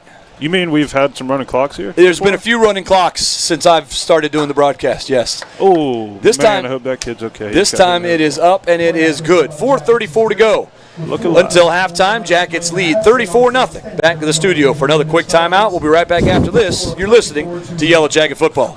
Looking for the perfect place to dine in St. Augustine? Visit Raintree Restaurant, a local favorite for fun, family, and friends. Enjoy award-winning Mediterranean, American, steak, and seafood dishes in their beautiful indoor dining room or expansive courtyard. Sip handcrafted cocktails or fine wines at the full bar and enjoy free on-site parking. Named an Open Table Diner's Choice for 2024, Raintree is located at 102 San Marco Ave. Call 904-824-7211 or make your reservation today at raintreerestaurant.com. Want the best way to stay in the now? Tune in to the 904 Now, St. Augustine's premier news and entertainment podcast network. Start your day with the St. Johns County show that's on in the morning for the latest news, unwind with laughs on Bollocks this evening, or get local perspective with Troy's 2 cents every Friday. We keep you connected to the community we live in. Like and follow us on Facebook and Instagram, and don't forget to subscribe on YouTube and Rumble. The 904 Now. Stay in the now.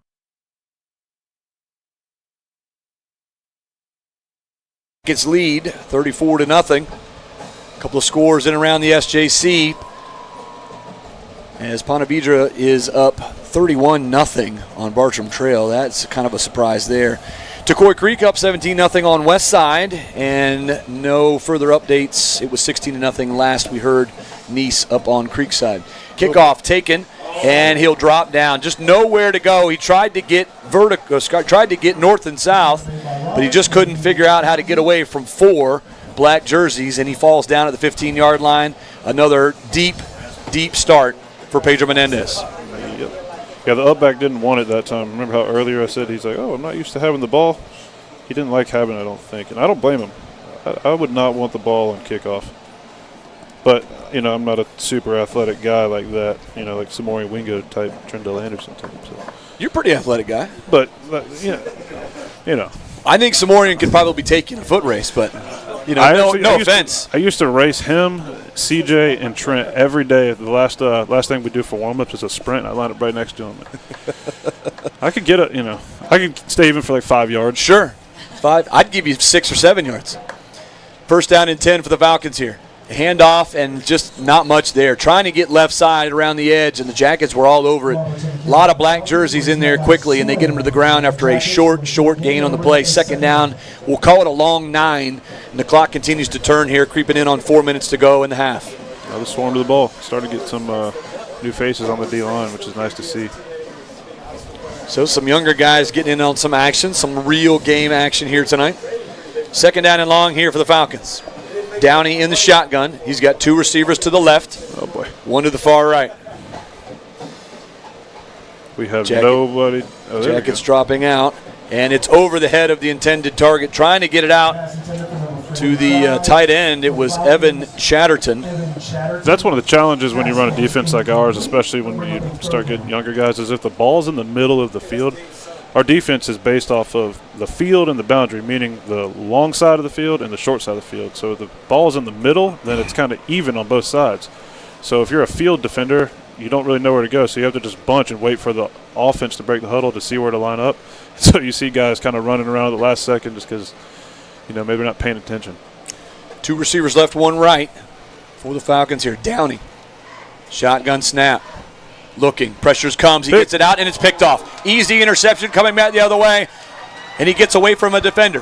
Coming inside the 20, inside the 15, 10, 5, and he'll take it to the house for the pick 6. Pick 6 for the Yellow Jackets. A late flag comes flying in, and it was Brandon Whitfield on the interception. Made a couple of guys miss, and he took it into the end zone for the touchdown.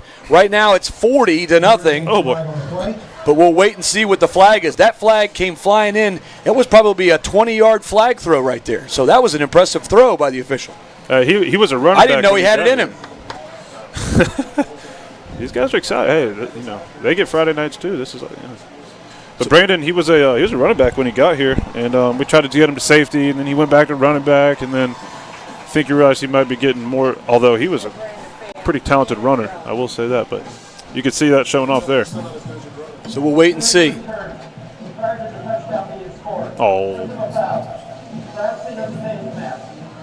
Wow. Prior to the touchdown. Are we going to take the touchdown away? So they should if it's before the offense. So we got the ball at the 7. So it'll be 1st and 10 from. I believe you said the 17. I believe the flag came in at around the 2-yard line is where they're going to call it before he got into the end zone. So it will negate the touchdown, and it will put the ball at the 17-yard line. So the Jackets get their second takeaway on defense and second interception of the night. It's okay, Brandon. You can still put it on your highlight film. They won't know. That's right. That's right. Keep it on the highlight film. So 3:30 to go here. Second quarter, Jackets lead 34-0, and they will have it inside the red zone here at the Falcons 17. And so it was a slow start to the second period, but now the Jackets are warming up again. And Mason Bean on offense. They are dialed in here. Mason Bean about to get the ball. Let's see. Do they line him up wide? No, he's at running back, which he did do some running at Gamble Rogers. He's a sophomore. He's a really good player. He plays linebacker for us, but this is a new role for him. Let's see. He lines up to the right of Brenton James. He'll take the handoff, going right between the tackles there. and he'll get a couple. Take it inside the 15, down to the 13-yard. They give him 4 yards, Mason Bean. Nice job there, pal. Hey, baller's ball. That's baller's right. Ball, James. All right, so he'll check out. Who is this? Oh, we're going in. That's 24. That's Mason Lynch. Okay. So Mason Lynch will come into the ball game now. 2 receivers left, 1 right. He'll get the handoff this time, following his blockers up that left side. And he'll keep powering his way inside the 10. Should be close to the first down. I think he'll have it. Yeah, he will. Nice run there of about 7 yards. So he'll get the first down. And it'll be first down and goal to go for the Yellow Jackets at about the 7, maybe the 8-yard line. Clock continuing to turn. 2:40 to go. Second quarter, Jackets lead 34-0. Shotgun snap. James looking towards the end zone. He's got Wingo, and it is caught. Did he make the catch? He dropped it. Oh, he dropped it. He got 1 foot in, but he couldn't corral the football, and it'll fall incomplete. What an effort by Ludo right there. I know he didn't catch the ball, but that kind of body control, being able to keep your feet in bounds and at least possess and squeeze the ball, that's why he had his choice of where he wanted to go to school. Wish he would have finished the play, but when you have that kind of ability, that is why he's going to Miami. Yeah, I was going to say that's why Miami. Yeah, that's why Miami is looking forward to his services next year. Handoff inside, not much here. Good tackle behind the line of scrimmage here for the Falcons. It was number 13 who got in there quickly. Check that 15, and that was Reed Whitaker who made the tackle. Clock continuing to run. 2:10 to go until halftime. Jackets have it 3rd and goal now from about the 6-yard line. So 3 receivers left, 2 right, 5 wideouts. Oh, and one of the linemen went early. So it's going to cost St. Augustine 5 yards. And it'll be 3rd and goal from about the 11 or 12-yard line instead of inside the 10. So penalties are starting to pile up here. That's the 5th penalty for the Yellow Jackets now in the first half. Those are frustrating. Just inside of 2 minutes to go. 1:59 on the clock. Jackets lead 34-0. So got a condensed set here. We'll try it again. 2 right, 2 left. 1 back remains in. That's Preston standing to the right of Brenton James. Shotgun snap. James touchdown. looking. Fires it across the middle. Waits for the receiver to get open. He'll walk into the end zone for the touchdown. Is that Trendell? I think it's Trendell Anderson, and that'll be a hat trick for Trendell Anderson. So he had his choice there. Yep. Not only is it a hat trick, he's gotten a touchdown on a kick return, on a pass reception, and a rushing touchdown. I was talking to Jesse Fox, the running back coach, before the game, and he was saying that this was going to be the night that Trendell goes off, and definitely doing that. So Trendell with the touchdown, his 3rd of the game. Here comes Matos for the extra point. 1:43 to go here, remaining until halftime.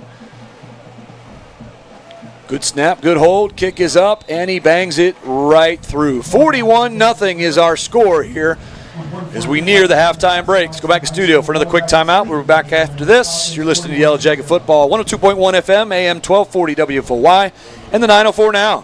At St. John's Family Funeral Home and Crematory, they believe every life is unique, and honoring that uniqueness is a vital part of healing. From personal traits to life's journey, they take the time to celebrate what made your loved one special. Their spacious, family-friendly facility includes an on-site crematory and offers a full range of services, from traditional burials, various cremation options, to green burials, and military tribute. With years of experience and a reputation built on excellence and integrity, they have been honored to serve families from all walks of life. Whether you're planning ahead or facing an immediate need, their compassionate team is here to guide you through every step with care and attention to detail. Call us today at 904-824-1625 or visit www.stjohnsfamilyfuneralhome.com to learn more. Stay connected with your community on the 904 Now, St. Augustine's premier news and entertainment network. From morning updates to evening laughs, we keep you informed and entertained. Follow us on Facebook, Instagram, YouTube, and Rumble, the 904 Now. Stay in the now. 1:43 to go here until halftime. Jackets with a 41-0 lead. Kickoff scooped up at about the 5-10, 15-20, and out across the 20 and out Right out of bounds. Oh, what's going on? At about the 22-yard up. There's a little extracurricular going on that far sideline. A lot of extra flags coming in now. Not act like and we're going to have to, one of our guys is going to. This is what happens with the young team. Yeah. Coach Shook is going to have to be restrained a little bit. Tell you what, that's one guy you don't want against you is Ryland Sugar. No, that's my boy. Certainly don't want that.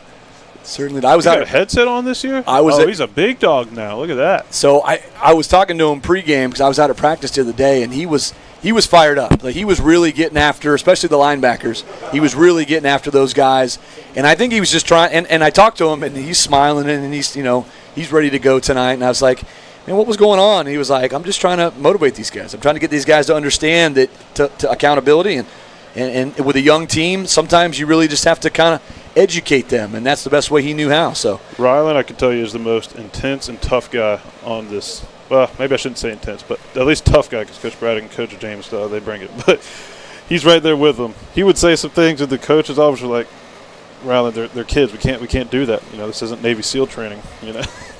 You what you need. I mean, I think that's great, rather than being too nice and soft and, hey, everything's okay, it's all right. No, it's not okay. It's not all right. We're trying to build. So Brian Braddock is getting the explanation.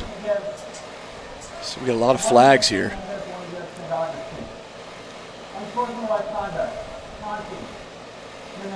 Taunting against Pedro. Unsportsmanlike taunting against St. Augustine. Pointing the wrong direction, but yeah, whatever. So they're just going to offset the two penalties again. We've had that twice now tonight. And trying to keep the peace as best they can. Brian Braddock came all the way across the field so he could be sure and get a full explanation from the white hat. And you don't want to see that. No, you don't. You love the competitiveness, but just let's play the game. Keep your poise. Clearly a one-sided battle right now, and you just want to kind of finish the game. You don't want anybody to get hurt. You want play some competitive football to finish out. Minute 38 to go here until halftime. Falcons have it at their own 22. Handoff, and it closed up quickly. As it not much going there. It'll be a loss on the play back to the 18-yard line. So he's going to lose 2 yards, almost 3. And it brings up second down and long here. Minute 20 to go till the halftime break. Jackets got the football first. He took the opening kickoff and ran it back 98 yards for the touchdown. Trendell Anderson got him on the board quickly. So the Falcons will get it to start the third quarter. Let's see what kind of adjustments they can make at the halftime break. Inside of a minute to go. 2 receivers right, 2 left. Downey in the shotgun. 5 seconds on the play clock. Down to 3, gets it off in time. Fires it out, and it is incomplete. Not on the same page with his wide receiver here. Downey was expecting him to cut in. The receiver went to cut out, and the ball was thrown in the area of 2 defensive backs there. Yeah, I'm not sure what's going. That's the second time I've seen that, where the receivers, they're just not running as if they're going to get the ball thrown to them. I don't know if that's just I'm not even being fun. I don't know if it's a miscommunication or if they think. I don't know. It's strange. I think Lucky wasn't picked off. Yeah, I'm surprised it wasn't, to be honest with you. But I don't think the defensive backs expected it to come in their area because there wasn't a receiver in the area. Yeah, it was nowhere near that. It was like a timing throw, but timing was off. Yeah. Third down and long here. Swings it out. He's got it complete. Tries to get upfield, out of bounds at the 23-yard line. And he'll get some of the yardage back, but it brings up 4th down and about 6. And you would expect the Falcons to punt it from here. 41 seconds to go, and they will. They'll punt the football away. So 3 and out here for the Jackets. Falcons have been dreadful on third down tonight. 0 for 6 on third down conversions. Yeah, I just think you could do more to help your offense. For instance, with Matanzas for a lot of years, they weren't very physical up front, and they would just run sprint out after sprint out, and it was just so frustrating as a D-line player and as a D-line coach because you can't really do anything. And try to utilize the speed. Yeah, and there's easier throws that way, and then also it's kind of an option. If there's nothing there, the quarterback can just keep going. I would be doing more of that, more outside zone, mix in an option here and there, but it's, Falcons are going to call a timeout here. I guess they saw something they didn't like. 41.6 to go in the first half. Jackets with a 41-0 lead. And so we'll have a timeout. We'll keep it right here during this timeout. Timeout brought to you in part by licensed realtor Robin Arnold. Licensed realtor with the Ponte Vedra Club Realty's St. Augustine office. For any of your real estate needs, give him a call, 904-347-1963, or visit letsgo904.com. Also, joining us this year for the Yellow Jackets, the Anastasia Diner and Moultrie Creek Diner. Good people, good food, good times. Your home, away from home. Tell them Izzy sent you for a good meal today. That's the Anastasia Diner and the Moultrie Creek Diner. Well, we have a second. I do want to thank the 904 sponsors as well for continuing their support on the 904 side. I appreciate it. Please go out and support them as well. J. Lee Construction, Barwick Banking Company, Canaan Law, Do All HVAC and Plumbing, the Noah Bailey Group, Raintree Restaurant, St. John's Family Funeral Home and Crematory, Stanford Restoration, and St. John's Community Pharmacy. Appreciate all their continued support on the 904 Now side.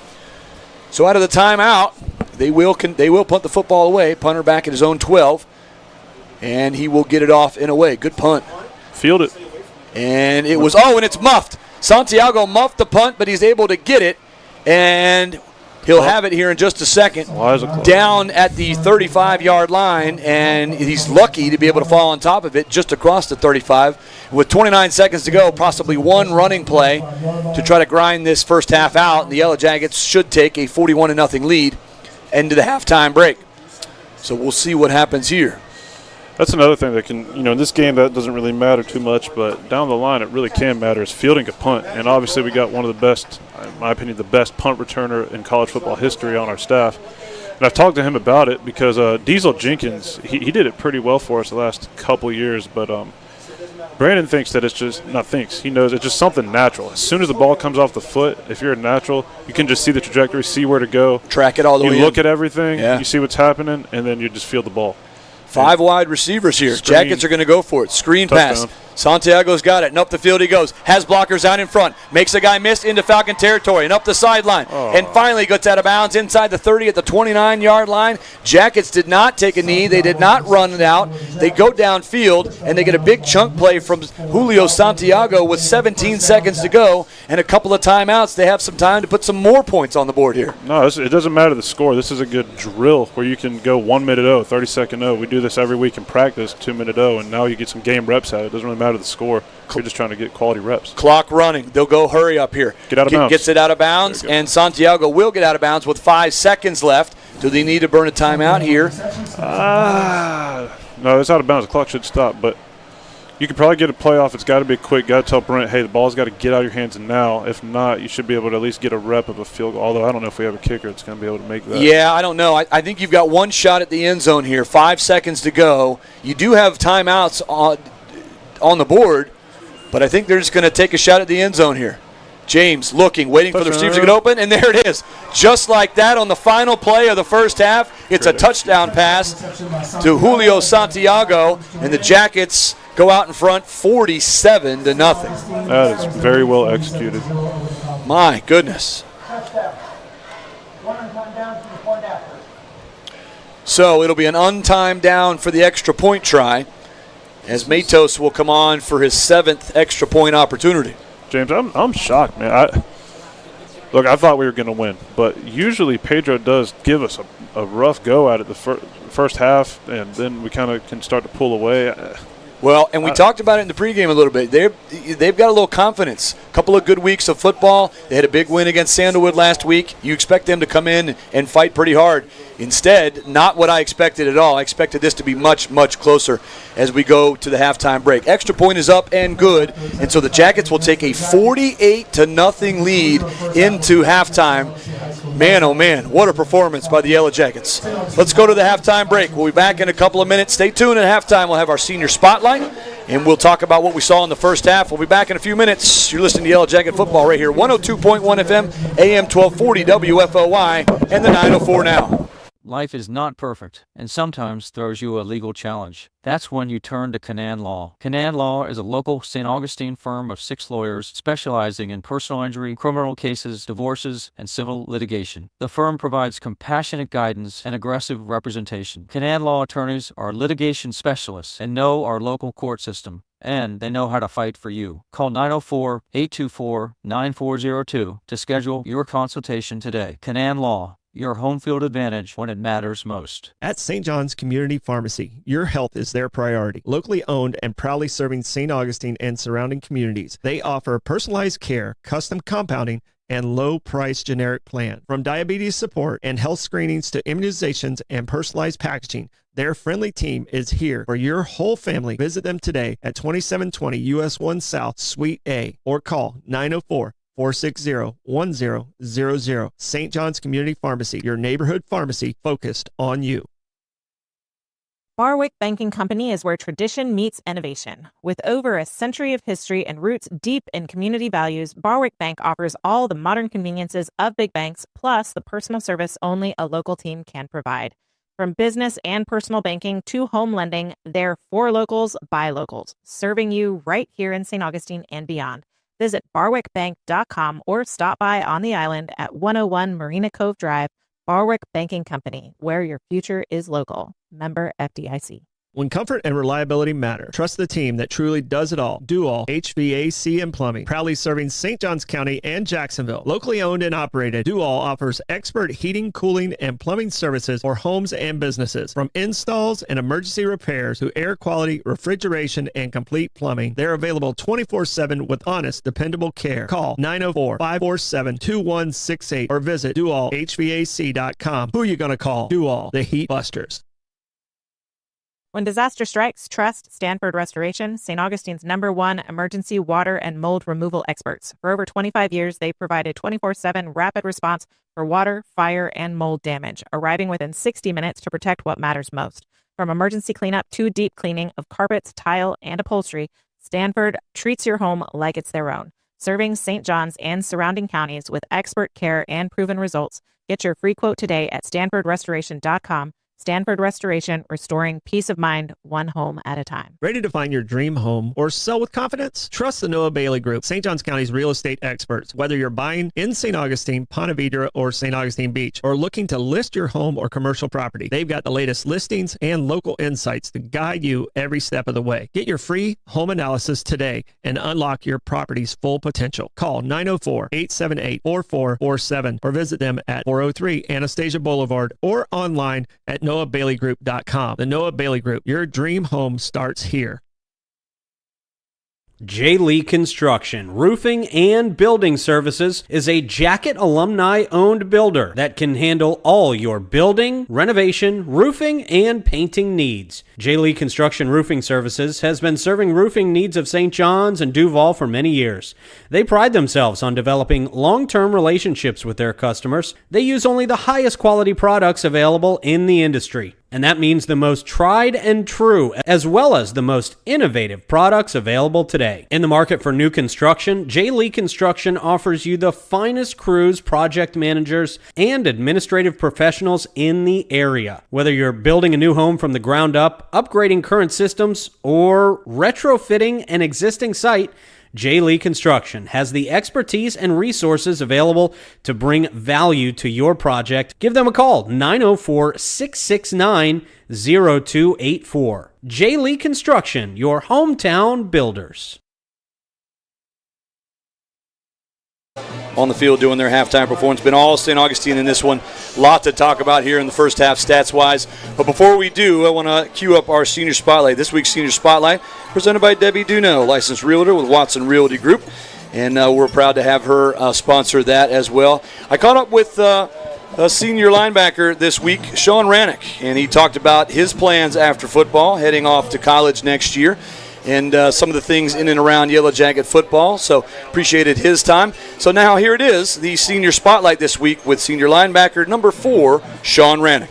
At St. John's Family Funeral Home and Crematory, they believe every life is unique, and honoring that uniqueness is a vital part of healing. From personal traits to life's journey, they take the time to celebrate what made your loved one special. Their spacious, family-friendly facility includes an on-site crematory and offers a full range of services, from traditional burials, various cremation options, to green burials and military tribute. With years of experience and a reputation built on excellence and integrity, they have been honored to serve families from all walks of life. Whether you're planning ahead or facing an immediate need, their compassionate team is here to guide you through every step with care and attention to detail. Call us today at 904-824-1625 or visit www.stjohnsfamilyfuneralhome.com to learn more. Stay connected with your community on the 904 Now, St. Augustine's premier news and entertainment network. From morning updates to evening laughs, we keep you informed and entertained. Follow us on Facebook, Instagram, YouTube, and Rumble, the 904 Now. Stay in the now. Barwick Banking Company is where tradition meets innovation. With over a century of history and roots deep in community values, Barwick Bank offers all the modern conveniences of big banks, plus the personal service only a local team can provide. From business and personal banking to home lending, they're for locals, by locals, serving you right here in St. Augustine and beyond. Visit barwickbank.com or stop by on the island at 101 Marina Cove Drive. Barwick Banking Company, where your future is local. Member FDIC. When comfort and reliability matter, trust the team that truly does it all. Do all HVAC and plumbing. Proudly serving St. Johns County and Jacksonville. Locally owned and operated, Do All offers expert heating, cooling, and plumbing services for homes and businesses. From installs and emergency repairs to air quality, refrigeration, and complete plumbing, they're available 24/7 with honest, dependable care. Call 904-547-2168 or visit doallhvac.com. Who are you going to call? Do All, the Heat Busters.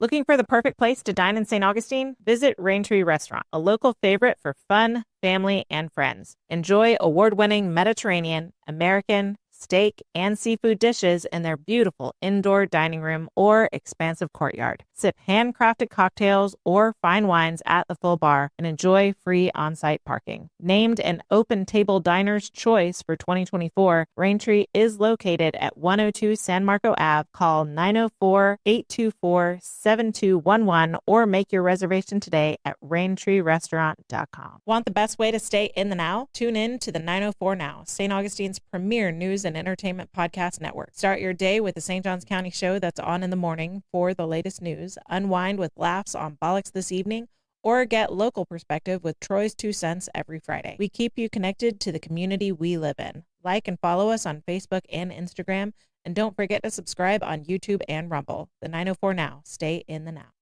Life is not perfect, and sometimes throws you a legal challenge. That's when you turn to Canaan Law. Canaan Law is a local St. Augustine firm of 6 lawyers specializing in personal injury, criminal cases, divorces, and civil litigation. The firm provides compassionate guidance and aggressive representation. Canaan Law attorneys are litigation specialists and know our local court system, and they know how to fight for you. Call 904-824-9402 to schedule your consultation today. Canaan Law, your home field advantage when it matters most. At St. John's Community Pharmacy, your health is their priority. Locally owned and proudly serving St. Augustine and surrounding communities, they offer personalized care, custom compounding, and low-price generic plan. From diabetes support and health screenings to immunizations and personalized packaging, their friendly team is here for your whole family. Visit them today at 2720 US 1 South, Suite A, or call 904-460-1000. St. John's Community Pharmacy, your neighborhood pharmacy focused on you. When disaster strikes, trust Stanford Restoration, St. Augustine's #1 emergency water and mold removal experts. For over 25 years, they provided 24/7 rapid response for water, fire, and mold damage, arriving within 60 minutes to protect what matters most. From emergency cleanup to deep cleaning of carpets, tile, and upholstery, Stanford treats your home like it's their own. Serving St. John's and surrounding counties with expert care and proven results. Get your free quote today at stanfordrestoration.com. Stanford Restoration, restoring peace of mind, one home at a time. Ready to find your dream home or sell with confidence? Trust the Noah Bailey Group, St. Johns County's real estate experts. Whether you're buying in St. Augustine, Ponte Vedra, or St. Augustine Beach, or looking to list your home or commercial property, they've got the latest listings and local insights to guide you every step of the way. Get your free home analysis today and unlock your property's full potential. Call 904-878-4447 or visit them at 403 Anastasia Boulevard or online at noahbaileygroup.com. The Noah Bailey Group, your dream home starts here.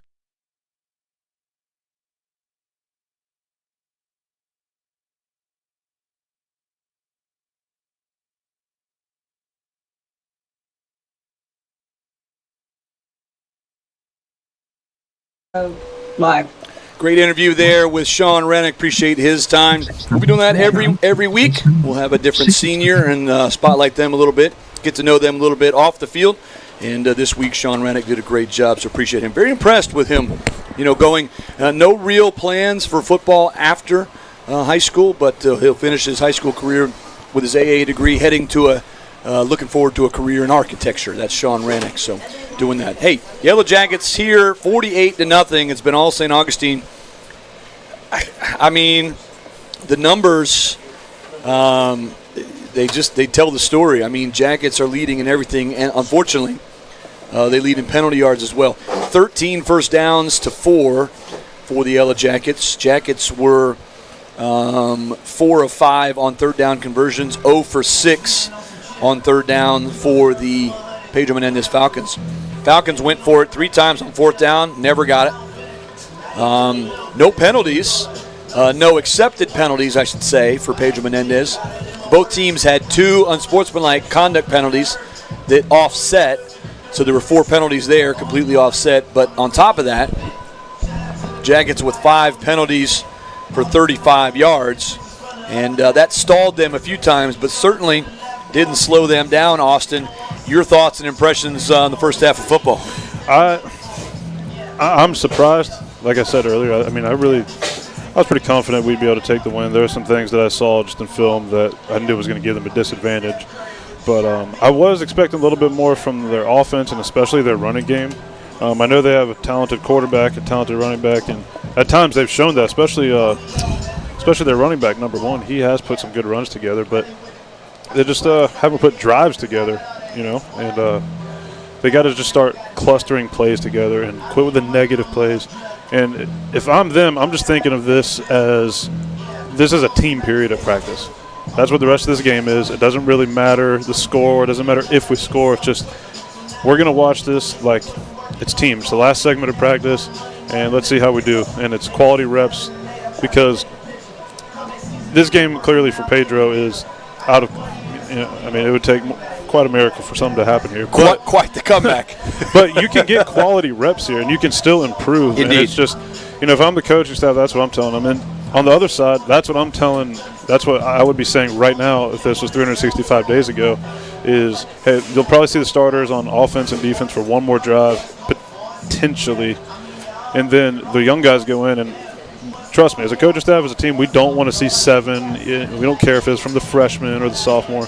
We want to see quality reps. We want to see that you've actually been paying attention in practice. And they should know, those guys, that, hey, there's a chance this game could get this way. And so they should have prepared during the week that they could actually get in and get some real game reps on a Friday night. So yeah, it's just about getting some quality reps and just trying to play. But I am surprised that we're at this spread. I will say that. About 4 minutes till we get the players back out and start getting them warmed up here. Not what I expected at all. People were asking me this week, what do you think? Does Pedro got a shot? And I said, well, I'm going to be honest. I don't think that they have a chance to win. I mean, there's always a chance to win. I shouldn't say it that way. I didn't think it was like a minus 1,200. It was right. It was my opinion that St. Augustine should be able to handle them in the second half of the game. I thought this would be close. I thought Pedro would come out. They'd be fired up. They'd have some packages and some things to work, or what they thought would work against St. Augustine, a younger team still trying to figure themselves out. And I said it's probably going to be about a 14 to 21 point game in the end. And here we are, 48-0 at the half. I just really did not see this coming. I've seen a lot of St. Augustine Pedro games. Now this series, whether you want to call it a series or not, 22-1 all time, St. Augustine over Pedro Menendez. I don't remember a game like this in which St. Augustine just utterly dominated every aspect of the game. I can remember one other game like this. I think it was, when was Tony Stewart's senior year? What was that, 2000? That would have been early teens, I think. That was 10. I think it was 2010. And, they were hyped up on the Pedro side. And we, just like tonight, took the opening kickoff back. And I believe the final score was 56-0. And it was something like this at halftime. And but I played in games, through this, because I was a freshman in 2011, and they were always competitive. I remember my junior year, I believe the final score was 30-20. My senior year, it was 37-0. But point is, the 30-20, that's an actually competitive game. 37-0, that sounds like a blowout at the end. But like we were saying, kind of battling in the first half. We could play here, play there, and the third quarter goes our way. And next thing you know, it looks like it's a lot to little. But,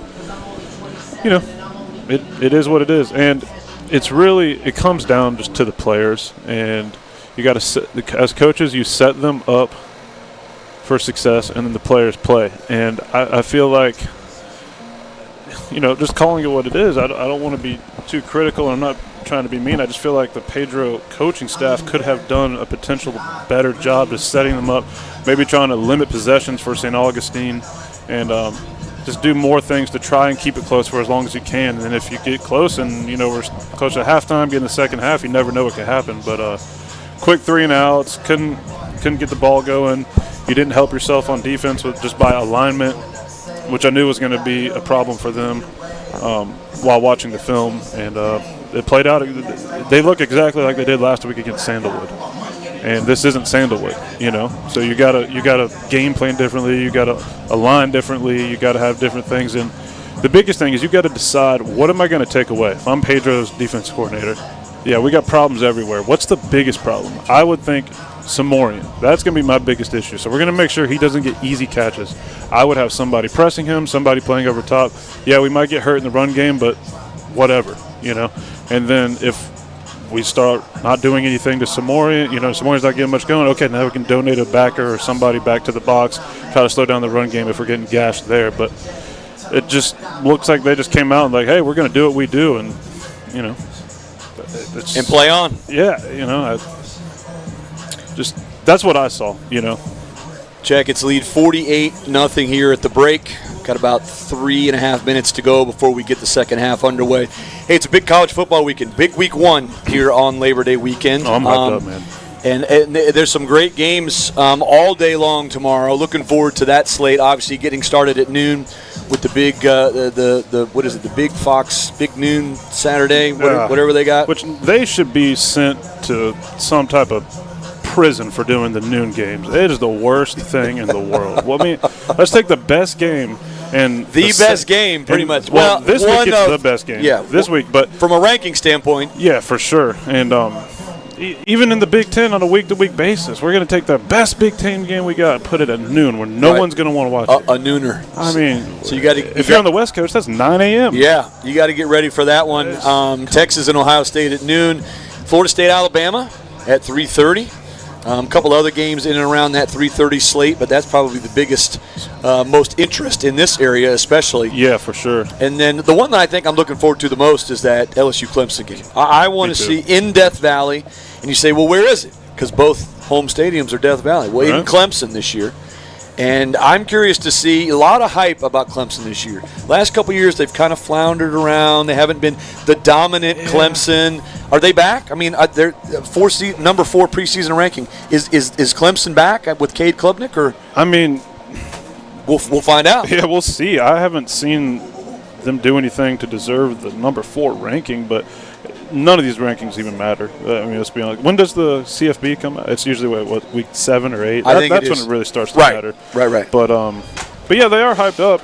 I think both these quarterbacks have a lot to prove this year. And Nussmeier at LSU coming back, and Klubnik, because I remember seeing Klubnik in 2022, 2023, and I was really, because he was who was it? It was Lawrence, and then it was Klubnik and another guy. It was who was it? I think he transferred to Hughes.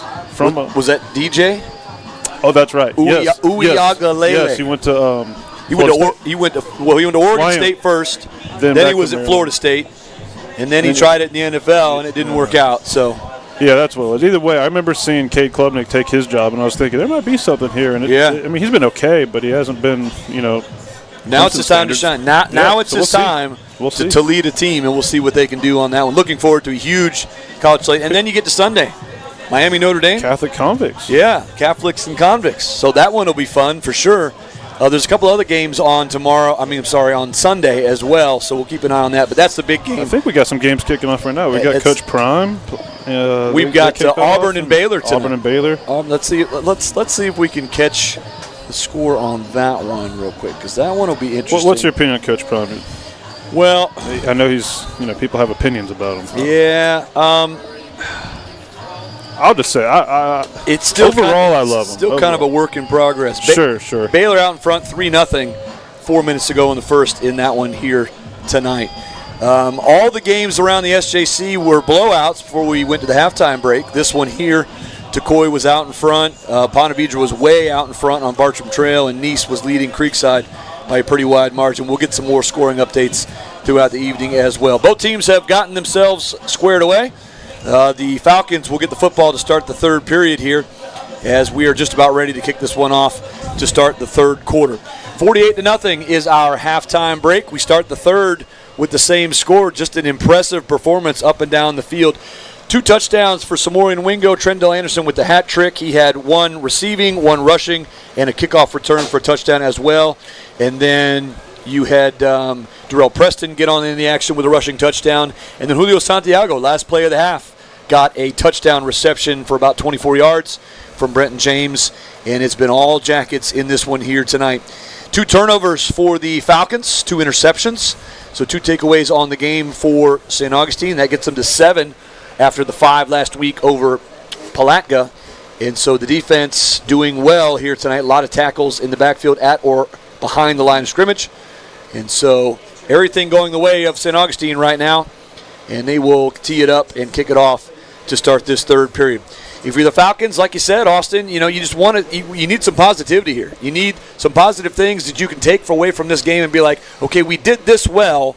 Let's continue to build on that going forward for the rest of the season. Yeah, and you're evaluating what guys can and can't do the job. Sure. I know we've had games in the past which we used to start off with bowls, and then we go and play these Georgia. We play some tough teams right out the gate, and we'd figure out hey, this kid, he's not meant to be here. He can be on the field, but not at this spot. And so Pedro may be doing some of that tonight to figure out he just can't handle it here. We got to move him there, and you're still learning your team. Kickoff taken at about the 15-yard line, 25-30, and out of bounds far side of the field at the Pedro Menendez bench. And a little jawing going on there, but they will walk away. Nope. No flags here. Extracurricular still going on as the black shirts trying to get out of the Pedro Menendez sideline. So first down and 10 for the Falcons. Just underway here, third quarter. All St. Augustine in this one. The 48-0 is our score. Should be a running clock, I would think, unless we got to wait till the fourth quarter on that. And it doesn't look like we're going out with our first D. Yeah. Usually, this is a pretty big lead, I will say.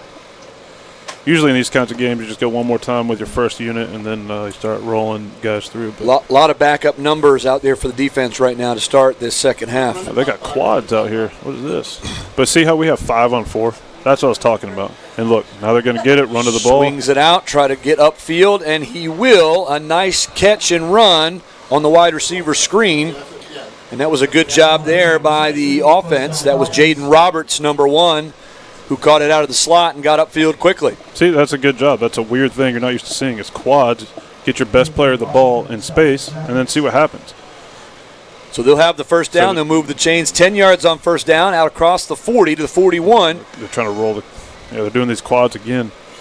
4 receivers to the right. Oh, no. Just a keeper. Cash down. He's going to keep it himself. He will not get the first down, just shy of midfield. It'll be a good gain on the play, gain of 8, almost 9 yards here, and it'll be second down and short for the Falcons, right just shy of the midfield stripe.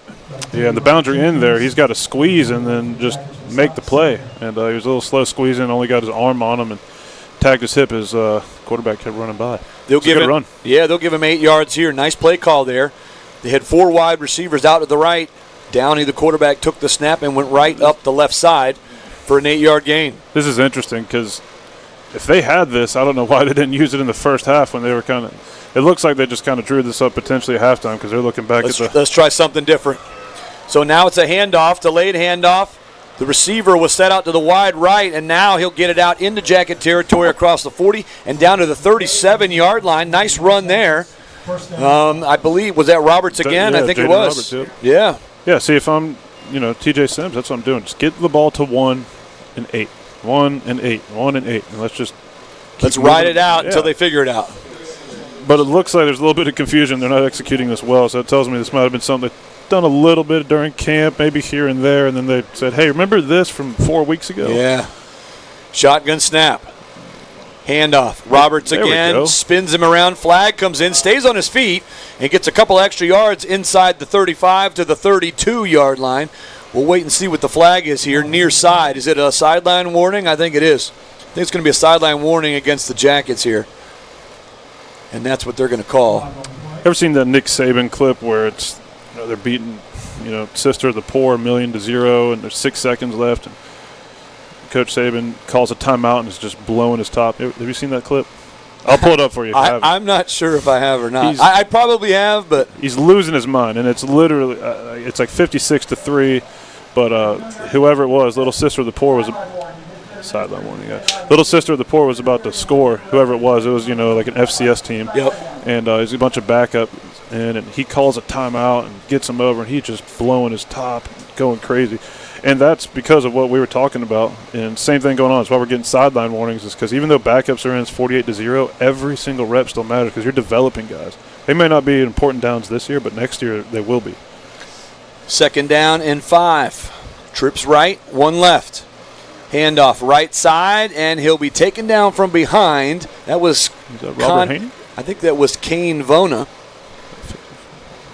And Vona. That was Trey Campbell. Sorry, Trey Campbell. Yeah, on the right side. But he's a sophomore. He was a JV guy last year. Yeah, he's been given some good minutes, too. He's one of the backups coming in to spell some of these guys, and now he's getting some good reps. Looked good in not only the spring game, but in the kickoff classic 2 weeks ago here at the Foot. Yeah, and he stayed with us all last year. Those freshmen will come up from JV, and a lot of them fall off. But the guys that stay in, they wind up reaping the benefits. Quick strike out. The receiver almost intercepted, in and out of the hands of the receiver and in and out of the hands of the defender, who was right on top of it. And it almost was a catch, and then it was almost an interception. Instead, it falls incomplete and brings up a 4th down. We got fortunate there. We brought 6. If that got caught and maybe make somebody miss. Might still be running. Yeah. So 4th down and 4th and 4 here, I should say. 7:35 to go. Clock's still running. We do have the running clock. And so the Falcons are going to go for it here, and why not? Down 48-0. And you got a running clock at this point. You need some points, and you need something positive for your team. 2 right, 2 left. Downey in the shotgun. Takes the snap. Roberts takes the handoff, trying to get around the edge. And he is shoved out, and he won't get there. He had a couple of opportunities to try and get upfield. Instead, he won't make it. He'll be 2 yards shy, and the Falcons will turn it over on downs. I believe that's the 4th time tonight they've gone for it on 4th down and haven't gotten it. And, that was, in my opinion, a good call by TJ Sims, because it was, 4th and 3, and your best play all night has been the outside zone. And go to it and see what you can get your best player, and it didn't work out. But I do think they had something going with those quads there. And from a defensive coach's perspective, whenever we turn on the film and see that, you're just going to go, oh, God, because you have to prepare for it, even though you may never see it. So we're spending time on it, which means we have to spend time on it at practice, got to spend time in the meeting room. I would show some more of that if I were him going forward, not even in this game, but just as the season goes along. So clock is running, 6:15 to go, 3rd quarter. Jackets take over. They lead 48-0. Oh, boy. Oh, God. Handoff. And Pedro's. Oh, one play, and it was Bennett Hunt taking the snaps. He tried to hand it off, and it just didn't go well, and it falls into the lap of one of the defenders, and the Jackets give it right back. First turnover of the season right there for St. Augustine. So we have an official timeout on the field for a water break. We'll keep it right here during this timeout. Timeout brought to you in part by our good friends at South State Bank. Local, market-driven, and world-class service. Community and family are very important to them. Banking forward. Visit a St. Augustine branch or find them online at southstatebank.com. Also brought to you in part by Diane's Natural Market, where good health comes naturally. 841 South Ponce de Leon Boulevard. In the shopping center right there, US 1 and 207. Give them a call, 904-808-9978, or find them online at dianesnaturalmarket.com. Appreciate all the continued support and new support this year of Yellow Jacket football. And look at that, they got a light show over there in the Pedro Menendez stands. Oh, yeah. Pretty cool. Maybe a little Tom Petty action or something. Yeah, a little bit. Gators with a tough matchup tomorrow against Long Island, Missouri State Technical Institute of the Poor. Florida International Airport. Speaking of Little Sisters of the Poor. You got Rick from Baggage Claim playing quarterback. Yeah, back to live action. Shot towards the end zone, caught, and there it is. There it is, into the end zone for the touchdown. Pedro Menendez gets on the board for the first time tonight. Yep, that's a young safety doing young safety things. Yep, about 29 yards here, down into the end zone, and they get on the board, 48-6. We'll see if they go for two or if they just get some reps on the extra point opportunity. Yep, so we play a lot of quarters, which essentially means our safety needs to be inside, which means closer to the goalpost, so to speak, on that leverage, inside and on top of the number 2 receiver if he were to go vertical, meaning running down the field. And so if you are behind and outside, that is going to hurt you, and that's where he was. And so that's why it's a touchdown. Extra point try. Oh, boy. Not a good snap.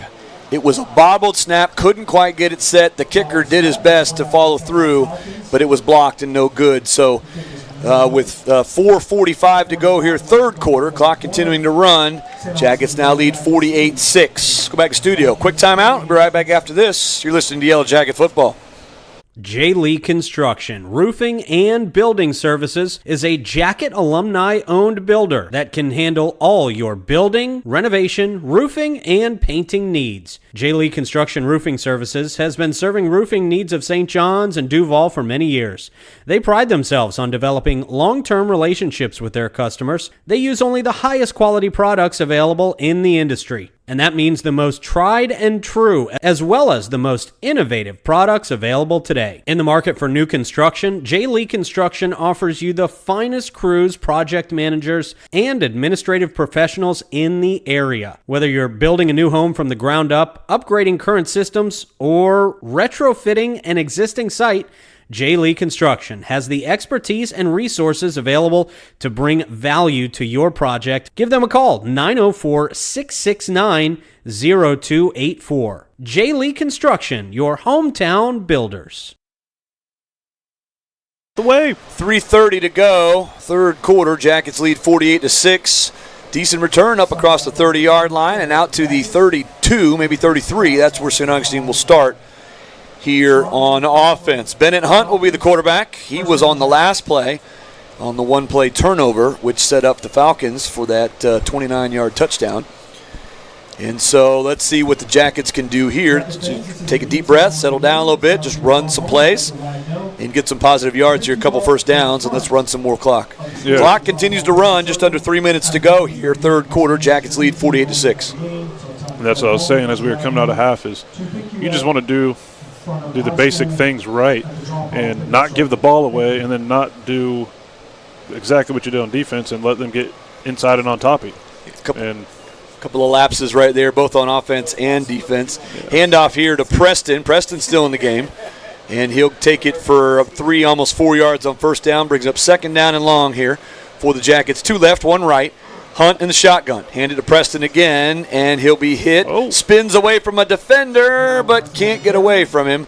Finally gets him to the ground. Short gain on the play. Give him a yard, and it'll be third down and 5 here for the Yellow Jackets. Nate's really impressive because when you look at him, you don't really think there's much going on there, but he's super hard to get to the ground. He's got really good balance, and he's physical. He's a good downhill runner. Keeps his shoulder square, and he hits the hole hard, which is why you see him. It's a good compliment to Trendell. Shotgun snap. Back in the wheel. Hunt looking, taking some pressure. Now he's flushed out. Looking upfield. There he goes, trying to get around the edge. He'll take on a tackler. Nice job there, Bennett Hunt, as he took on the defender head on. And was that a flag that came out late? No flag. So it'll be 4th down, a short gain on the play, 4th down and 2, maybe a long 2. And with 1:30 to go, third quarter, Jackets are just going to punt the football away, give it right back to the Falcons. James, we do have a change-up at punter. Robert Haney is in instead of Willie Elmore. Robert Haney which is a D lineman, by the way. He was always a guy after practice. Coach, I can punt. I can punt. Watch. Thanks, Robert. Okay. Now he's actually out here doing it. How about that? He had a couple of punts last week and looked pretty good back there. So let's see what he can do here. Him and Willie both. Two guys back deep for the Falcons, just inside their own 30. Creeping in on 1 minute to go here, third quarter. They'll snap the football. Pressure comes. Haney gets it off and away. Not a great punt, but gets a good roll. It hit at the 45 and rolls all the way down to just shy of the 35-yard line. So got a good roll out of it and a decent punt for Robert Haney. So Falcons will probably have time for one play here to finish up the quarter. 38 seconds to go here first quarter while the clock continues to run. Score Jackets 48, Falcons 6. So we'll see what the Falcons can do here. They had a little momentum there, got a few first downs and got things going with a couple of gadget plays, you'd call it, gadget formations, let's say. And let's see if they can keep a little momentum. Are they going to run a play? Go to quarter. Yeah, we're going to go to the quarter here. So they're going to walk off the field. They won't have to get a play off, and that's how we'll finish the third period. 48-6 is our score after 3. Back to the studio for another timeout. We'll be right back after this. You're listening to Yellow Jacket Football. At St. John's Family Funeral Home and Crematory, they believe every life is unique, and honoring that uniqueness is a vital part of healing. From personal traits to life's journey, they take the time to celebrate what made your loved one special. Their spacious, family-friendly facility includes an on-site crematory and offers a full range of services, from traditional burials, various cremation options, to green burials, and military tribute. With years of experience and a reputation built on excellence and integrity, they have been honored to serve families from all walks of life. Whether you're planning ahead or facing an immediate need, their compassionate team is here to guide you through every step with care and attention to detail. Call us today at 904-824-1625 or visit www.stjohnsfamilyfuneralhome.com to learn more. Stay connected with your community on the 904 Now, St. Augustine's premier news and entertainment network. From morning updates to evening laughs, we keep you informed and entertained. Follow us on Facebook, Instagram, YouTube, and Rumble, the 904 Now. Stay in the now. Jackets lead 48-6. We'll snap this one off. And other than a timeout, an injury, or the water break, the clock will run throughout the quarter. First down and 10 here. Four wide receivers will swing it out. Dropped it into space in the zone and takes him down and complete. Gain of 11. Nice catch there by the receiver. Gets it upfield quickly and has an 11-yard gain. Yeah, it was. And it'll be a first down. That was executed well. They pushed the running back out to the flats, which pushed our coverage, and then there was a hole right in the coverage. We overshot it, and bang, shoot it in there, right on the hitch. A couple of scores in and around the SJC. Nice up 29-8 on Creekside. Ponte Vedra up 38-7 on Bartram. Decoy way out in front, 31-6 on Westside. And just for you, Will Stevenson, St. Joe's winning 37-20. Shout out Cash Forbridge, Jordan Smith. What a play. Look at that. Got a jump pass. Getting downfield with the jump pass and has it complete inside Jacket territory all the way down to the 43-yard line. And it'll move the chains again, and here come the Falcons. Jacket's got to tighten up here. You know, this is, like I said, you don't want to see 13, 14. You don't want to see anything when you go to have 48-0. Just got to do the simple thing. Look, we can't get lined up now because the ball's in the middle field. 10:45 to go in the game. Jackets lead 48-6. Bobbled, and I think it's going to be incomplete. Yeah, that's an incomplete pass. The running back had it, and then before he got upfield, the ball was on the ground, so he expected it to be incomplete. Jackets fall on top of it, but no completion there. Goes to second down and 10. Be ready to say Elijah McKinley's name if they start passing the ball more. Number 45, DN. He's a really, really good pass rusher, and he's in the game right now. Logs is what we call him. Logs. I like it. Logs. He ran a lot of logs as a freshman. Oh, I see the kids out there practice running logs. I think, well, that kid screwed up. Yeah, every day during summer workouts as a freshman, he was late, and not always his own fault. There we go. Just drop back looking. Now he's going to scramble. Downey trying to get upfield. He'll have 5, 6, 7 yards across the 35-yard line, out of bounds near the 34, and it'll be a manageable third down now for the Falcons here as they try to get upfield in jacket territory for just the third time tonight. Got to stay disciplined on your rush lanes. That's one of the things. Logs is very fast. He likes to get upfield and opens up a crater. We always have landmarks on the quarterback. We say there should be a guy for each ear, so the outside rushers, and a guy on each eye. And there's a line, so to speak, from each, and you should keep them in there. Now, you may veer a little left, veer a little right within that line, but you need to stay on that line. And we had no eye player there. And he goes right up the middle. Third down and 3. Power. Going to keep it himself. He'll get the first down. Trying to get upfield, and he will. Needed 3, got about 7 or 8, and he'll move the chains again. Just coming inside of 9 minutes to go here in the ballgame. I'm not sure where our field end was there or our backer. We had nobody filling. I missed it, but there should have been a fill, and there was a ghost, and he ran right through the ghost. So first down and 10 for the Jackets. Inside the 25-yard line. Falcons on the move. Downey in the shotgun. 3 right, 1 left. Looking upfield, taking one towards the end zone. He's got a receiver, and it's incomplete. Couldn't connect with the receiver upfield. He was isolated on that far side. Jaden Roberts was the guy he was trying to connect with. And it goes incomplete, brings up second down and 10. That's one thing that's really hard for young corners, any corner. We had problems with, I won't say names, but a lot of our corners, when the ball's in the air on a deep shot, once you're in phase, meaning you're running with the receiver, he's not past you, you're right there with you, lean into him, turn your head, and play the ball. There's no rule that says you can't go get the ball. You know, if you're just sitting there staring at him playing his hands, you're going to get lots of pass interferences, and you get a lot of that. Falcons will call a timeout here, so they will stop the clock. So they'll put it back to 7:56. 7:56 on the clock. Falcons will call timeout here. 48-6. Jackets will lead. We'll keep it right here during this timeout. Timeout brought to you in part by our good friends at Steve Chapman's All-American Air Conditioning and Heating. Voted best in St. Augustine over 25 years in a row. AC issues, give them a call, 904-461-0070. Find them online at allamericanac.com. Also, big shout out to Hasty St. Augustine Flooring, your friends in flooring since 1977. Find them at 1670 US 1 South near Home Depot, and find them online at staugustineflooring.com. Well, so I will say this is nice to not be beat up going into bowls next week.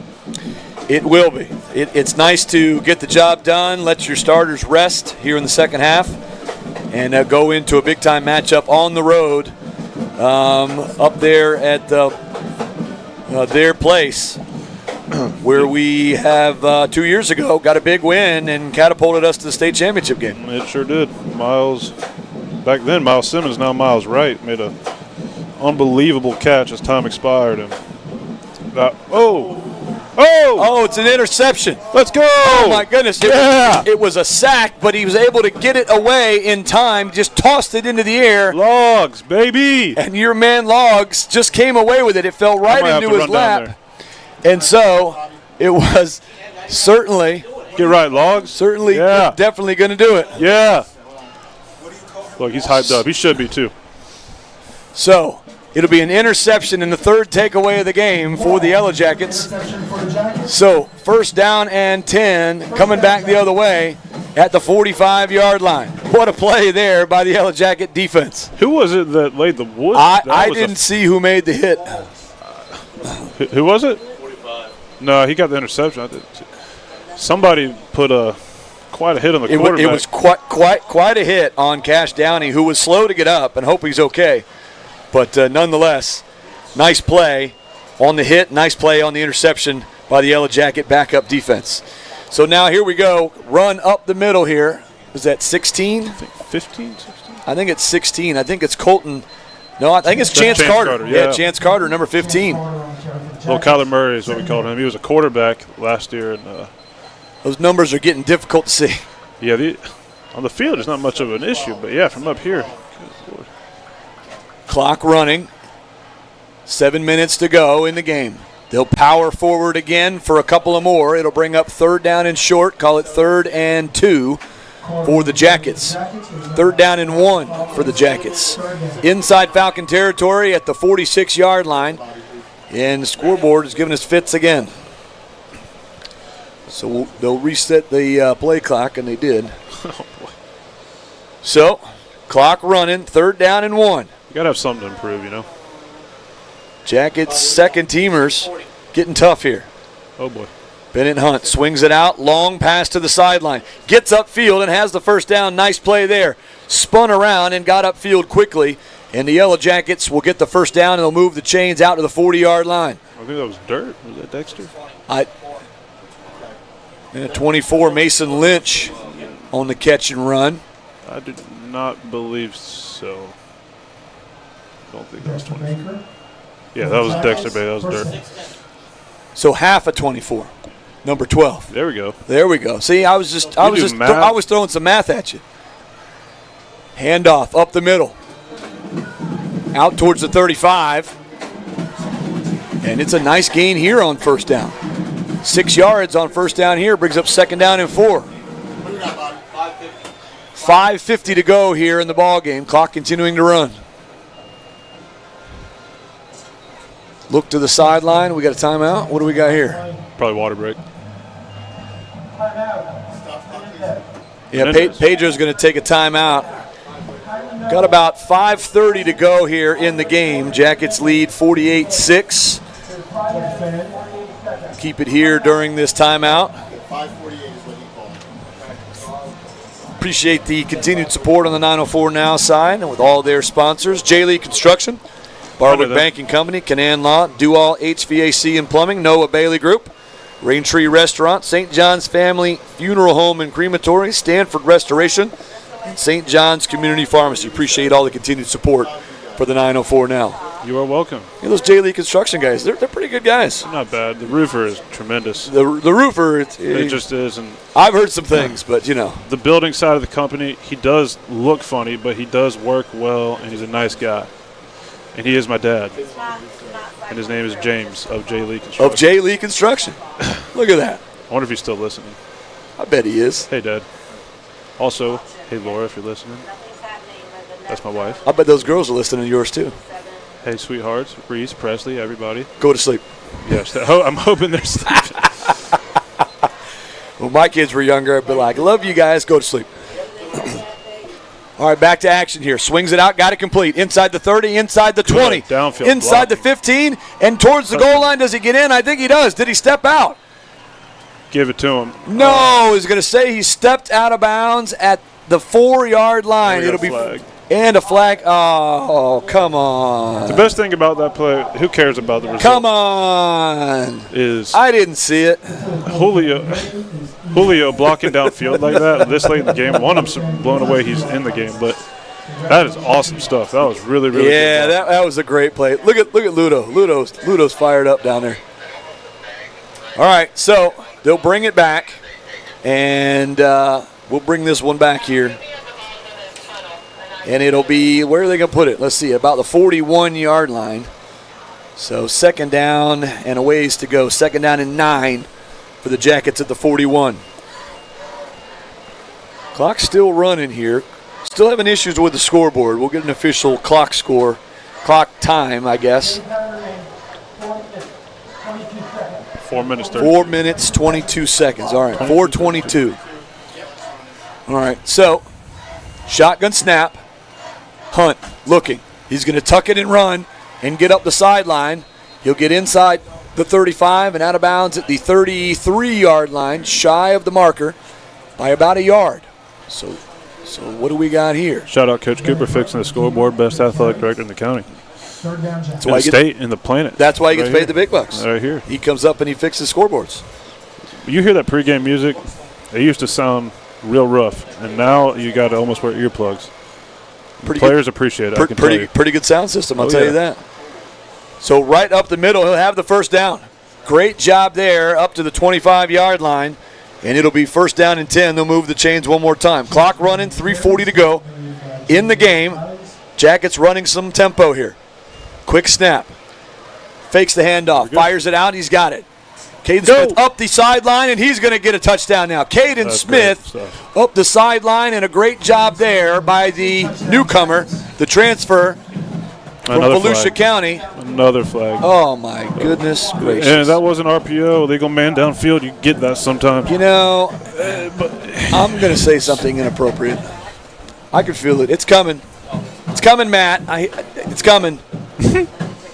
All right, maybe not. Frustrating. Maybe not. I will say this, though. The execution is nice to see. And like I said multiple times now, it's probably getting annoying to hear, but you don't care about the score. These guys are different guys doing the job, and we see the job getting done. Like Chance Carter is seeing holes, hitting them, getting downhill fast. You got Bennett Hunt throwing when he sees the corner playing off to the boundary. And then you get touchdowns. We got to have a lineman not run downfield or hold. Shotgun snap. Looking to the end zone again. Trying to go for Caden Smith one more time. A lot of pushing and shoving. No flag comes out as there was some hand checking down there in the end zone. A little bit too long on the pass, and Smith couldn't catch up with it. Looks like they're trying to get Caden a touchdown. Well, but he's a starter. I mean, he goes out there first. He's done such a great job going up the sideline. They took one touchdown away and took another one away because they said he went out of bounds, but there was a penalty there as well. So really they're trying to just get him what he's owed. Instead, it's about 2 minutes to go. And that's when you're glad you're wearing all blacks. You see the front of that uniform? Yeah, oh yeah. Oh yeah. Coach Lippo fired up about the blacks. It's swampy down there for sure. Falcons showing blitz, and here they come. Fakes the handoff. Hunt looking. Just get rid of it. Hit as he threw, and it'll fall to the ground. They go incomplete, and it'll bring up third down and long now. You want to know what's hilarious? Look at our offensive lineman about 15 yards downfield.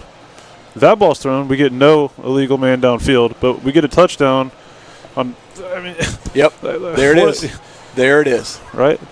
Like, how do we miss that? I mean, that kid, he looks like an O-lineman. It's hard to miss. He should not be 15 yards downfield on a pass play. Definitely should not be 15 wearing number yards 60. downfield. And we missed that, but sure, we'll take touchdowns off the board for being – We digress. Minute 15 to go in the game. 48-6 is our score. Shotgun snap. Hunt. Handoff. Pushing forward. Hard running. Inside the 25. Still running down to the 22-yard line. Nice run there on third and long. And it brings up fourth down and about 8. We'll call it 4th and 7 here for the Yellow Jackets. 50 seconds to go. Have time for probably one more play. And then it should be just about all there is tonight. He'll fire one towards the end zone, incomplete. Not on the same page with the receiver there. That's good. And they will turn it over on downs. So the Jackets will give up the football. Falcons will be in no hurry to run a play here. 30 seconds on the game clock. It was running out there, lining up. Yep. So we'll see if they even run one here. Which I will say, we're giving refs a hard time and all. We need them to play, and there's not a lot of them. So it is important that we got them out there and that they're doing the job, because it's not an easy job too. Trust me, I've ref flag football games and people get mad at me and stuff. It's not an easy job, but at the same time, when you're calling the game, you just call what you see. Do your job. Do your job. That'll do it. The Falcons will not run a play here. Both teams will come across the field and shake hands. Our final score tonight, 48-6.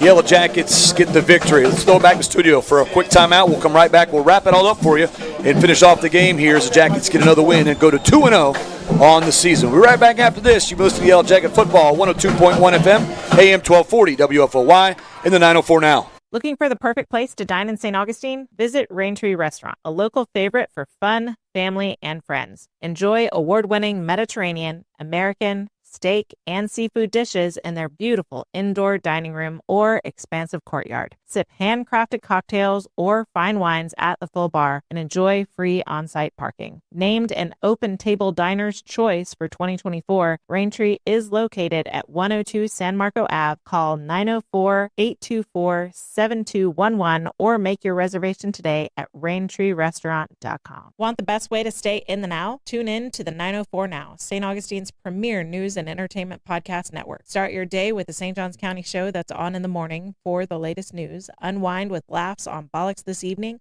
or get local perspective with Troy's 2 Cents every Friday. We keep you connected to the community we live in. Like and follow us on Facebook and Instagram, and don't forget to subscribe on YouTube and Rumble. The 904 Now, stay in the now.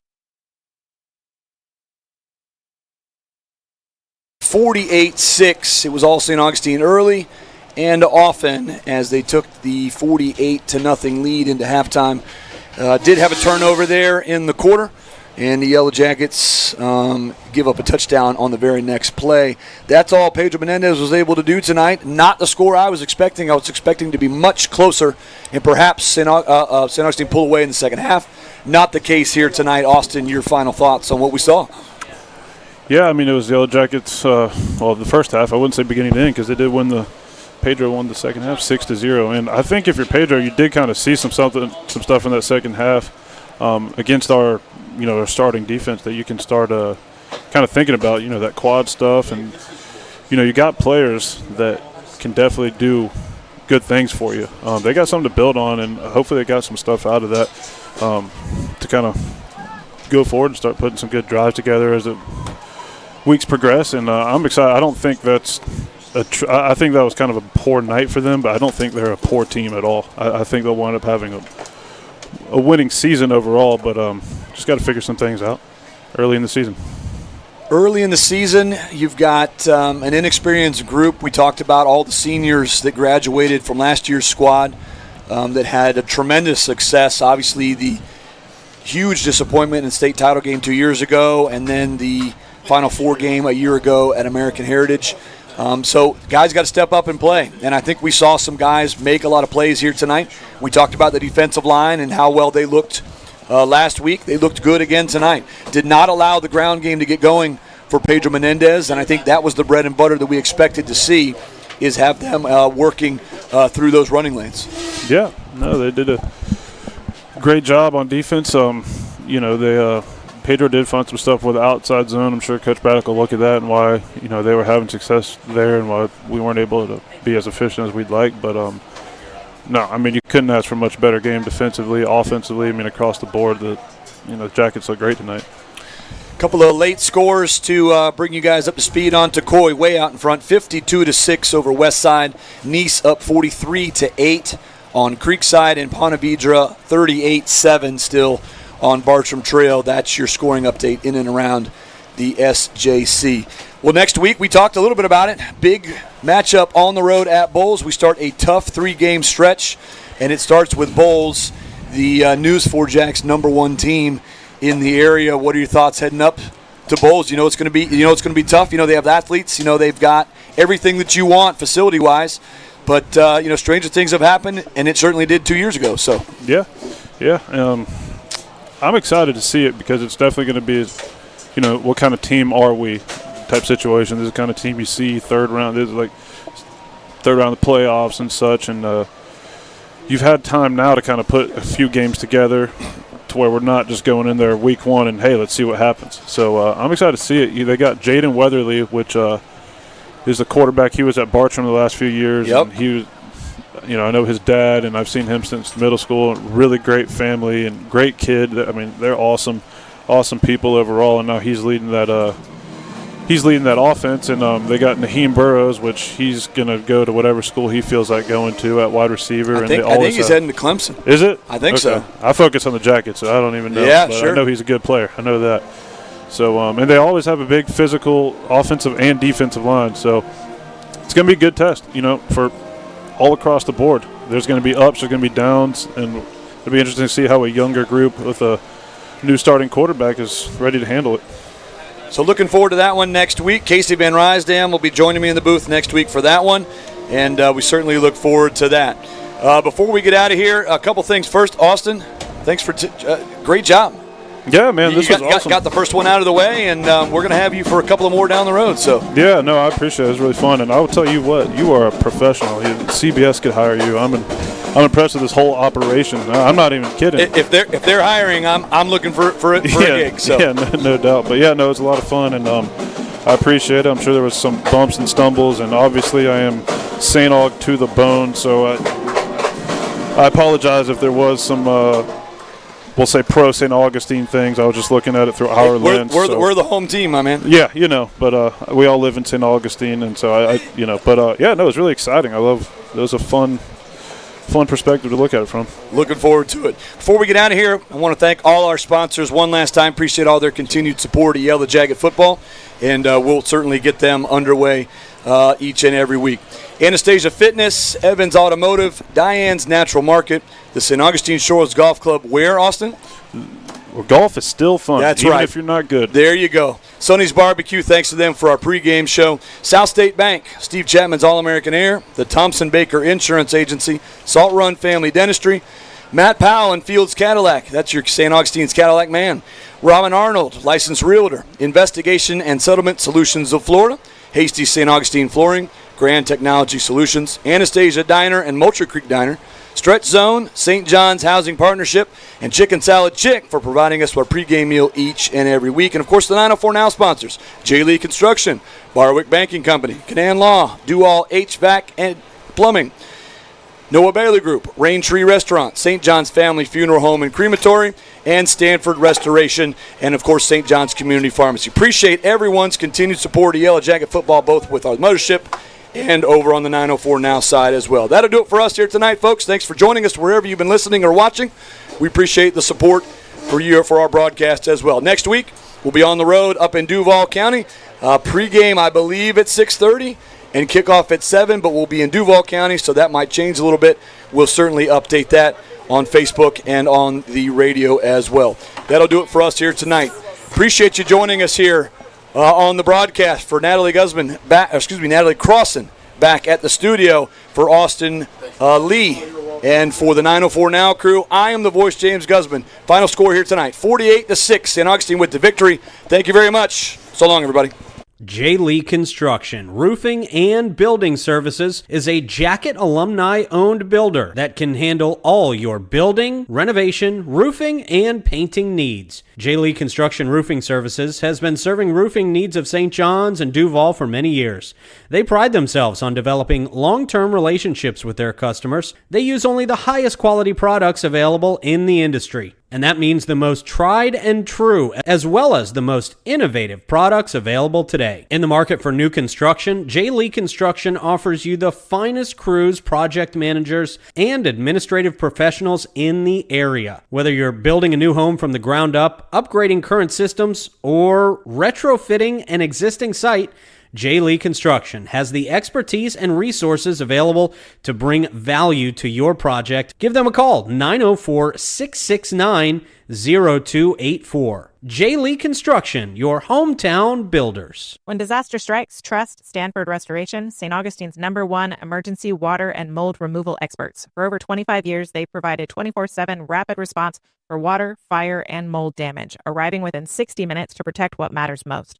From emergency cleanup to deep cleaning of carpets, tile, and upholstery, Stanford treats your home like it's their own. Serving St. John's and surrounding counties with expert care and proven results. Get your free quote today at StanfordRestoration.com. Stanford Restoration, restoring peace of mind, one home at a time. Ready to find your dream home or sell with confidence? Trust the Noah Bailey Group, St. Johns County's real estate experts. Whether you're buying in St. Augustine, Ponte Vedra, or St. Augustine Beach, or looking to list your home or commercial property, they've got the latest listings and local insights to guide you every step of the way. Get your free home analysis today and unlock your property's full potential. Call 904-878-4447 or visit them at 403 Anastasia Boulevard or online at NoahBaileyGroup.com. The Noah Bailey Group, your dream home starts here.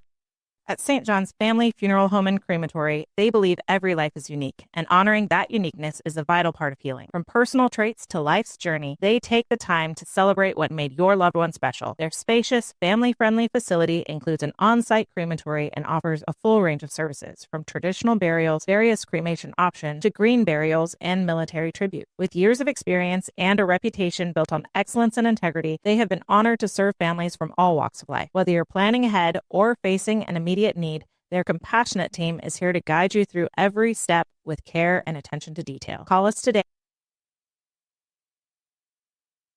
or visit www.stjohnsfamilyfuneralhome.com to learn more. Stay connected with your community on the 904 Now, St. Augustine's premier news and entertainment network. From morning updates to evening laughs, we keep you informed and entertained. Follow us on Facebook, Instagram, YouTube, and Rumble. The 904 Now. Stay in the now. Barwick Banking Company is where tradition meets innovation. With over a century of history and roots deep in community values, Barwick Bank offers all the modern conveniences of big banks, plus the personal service only a local team can provide. From business and personal banking to home lending, they're for locals, by locals, serving you right here in St. Augustine and beyond. Visit barwickbank.com or stop by on the island at 101 Marina Cove Drive. Barwick Banking Company, where your future is local. Member FDIC. When comfort and reliability matter, trust the team that truly does it all. Do all HVAC and plumbing. Proudly serving St. Johns County and Jacksonville. Locally owned and operated, Do All offers expert heating, cooling, and plumbing services for homes and businesses. From installs and emergency repairs to air quality, refrigeration, and complete plumbing, they're available 24/7 with honest, dependable care. Call 904-547-2168 or visit doallhvac.com. Who are you going to call? Do All, the Heat Busters.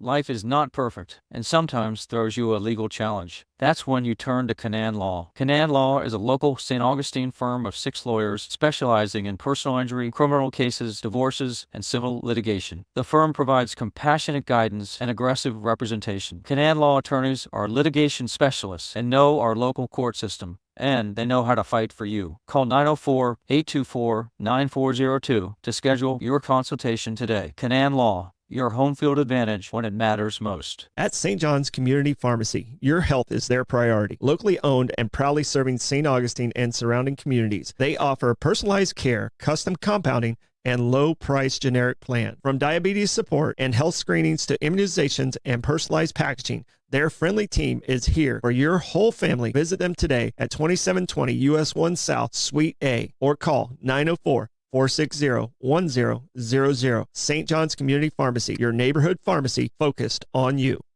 Looking for the perfect place to dine in St. Augustine? Visit Raintree Restaurant, a local favorite for fun, family, and friends. Enjoy award-winning Mediterranean, American, steak, and seafood dishes in their beautiful indoor dining room or expansive courtyard. Sip handcrafted cocktails or fine wines at the full bar and enjoy free on-site parking. Named an Open Table Diner's Choice for 2024, Raintree is located at 102 San Marco Ave. Call 904-824-7211 or make your reservation today at raintreerestaurant.com. Want the best way to stay in the now? Tune in to the 904 Now, St. Augustine's premier news and entertainment podcast network. Start your day with the St. Johns County show that's on in the morning for the latest news, unwind with laughs on Bollocks this evening, or get local perspective with Troy's 2 cents every Friday. We keep you connected to the community we live in. Like and follow us on Facebook and Instagram, and don't forget to subscribe on YouTube and Rumble. The 904 Now. Stay in the now.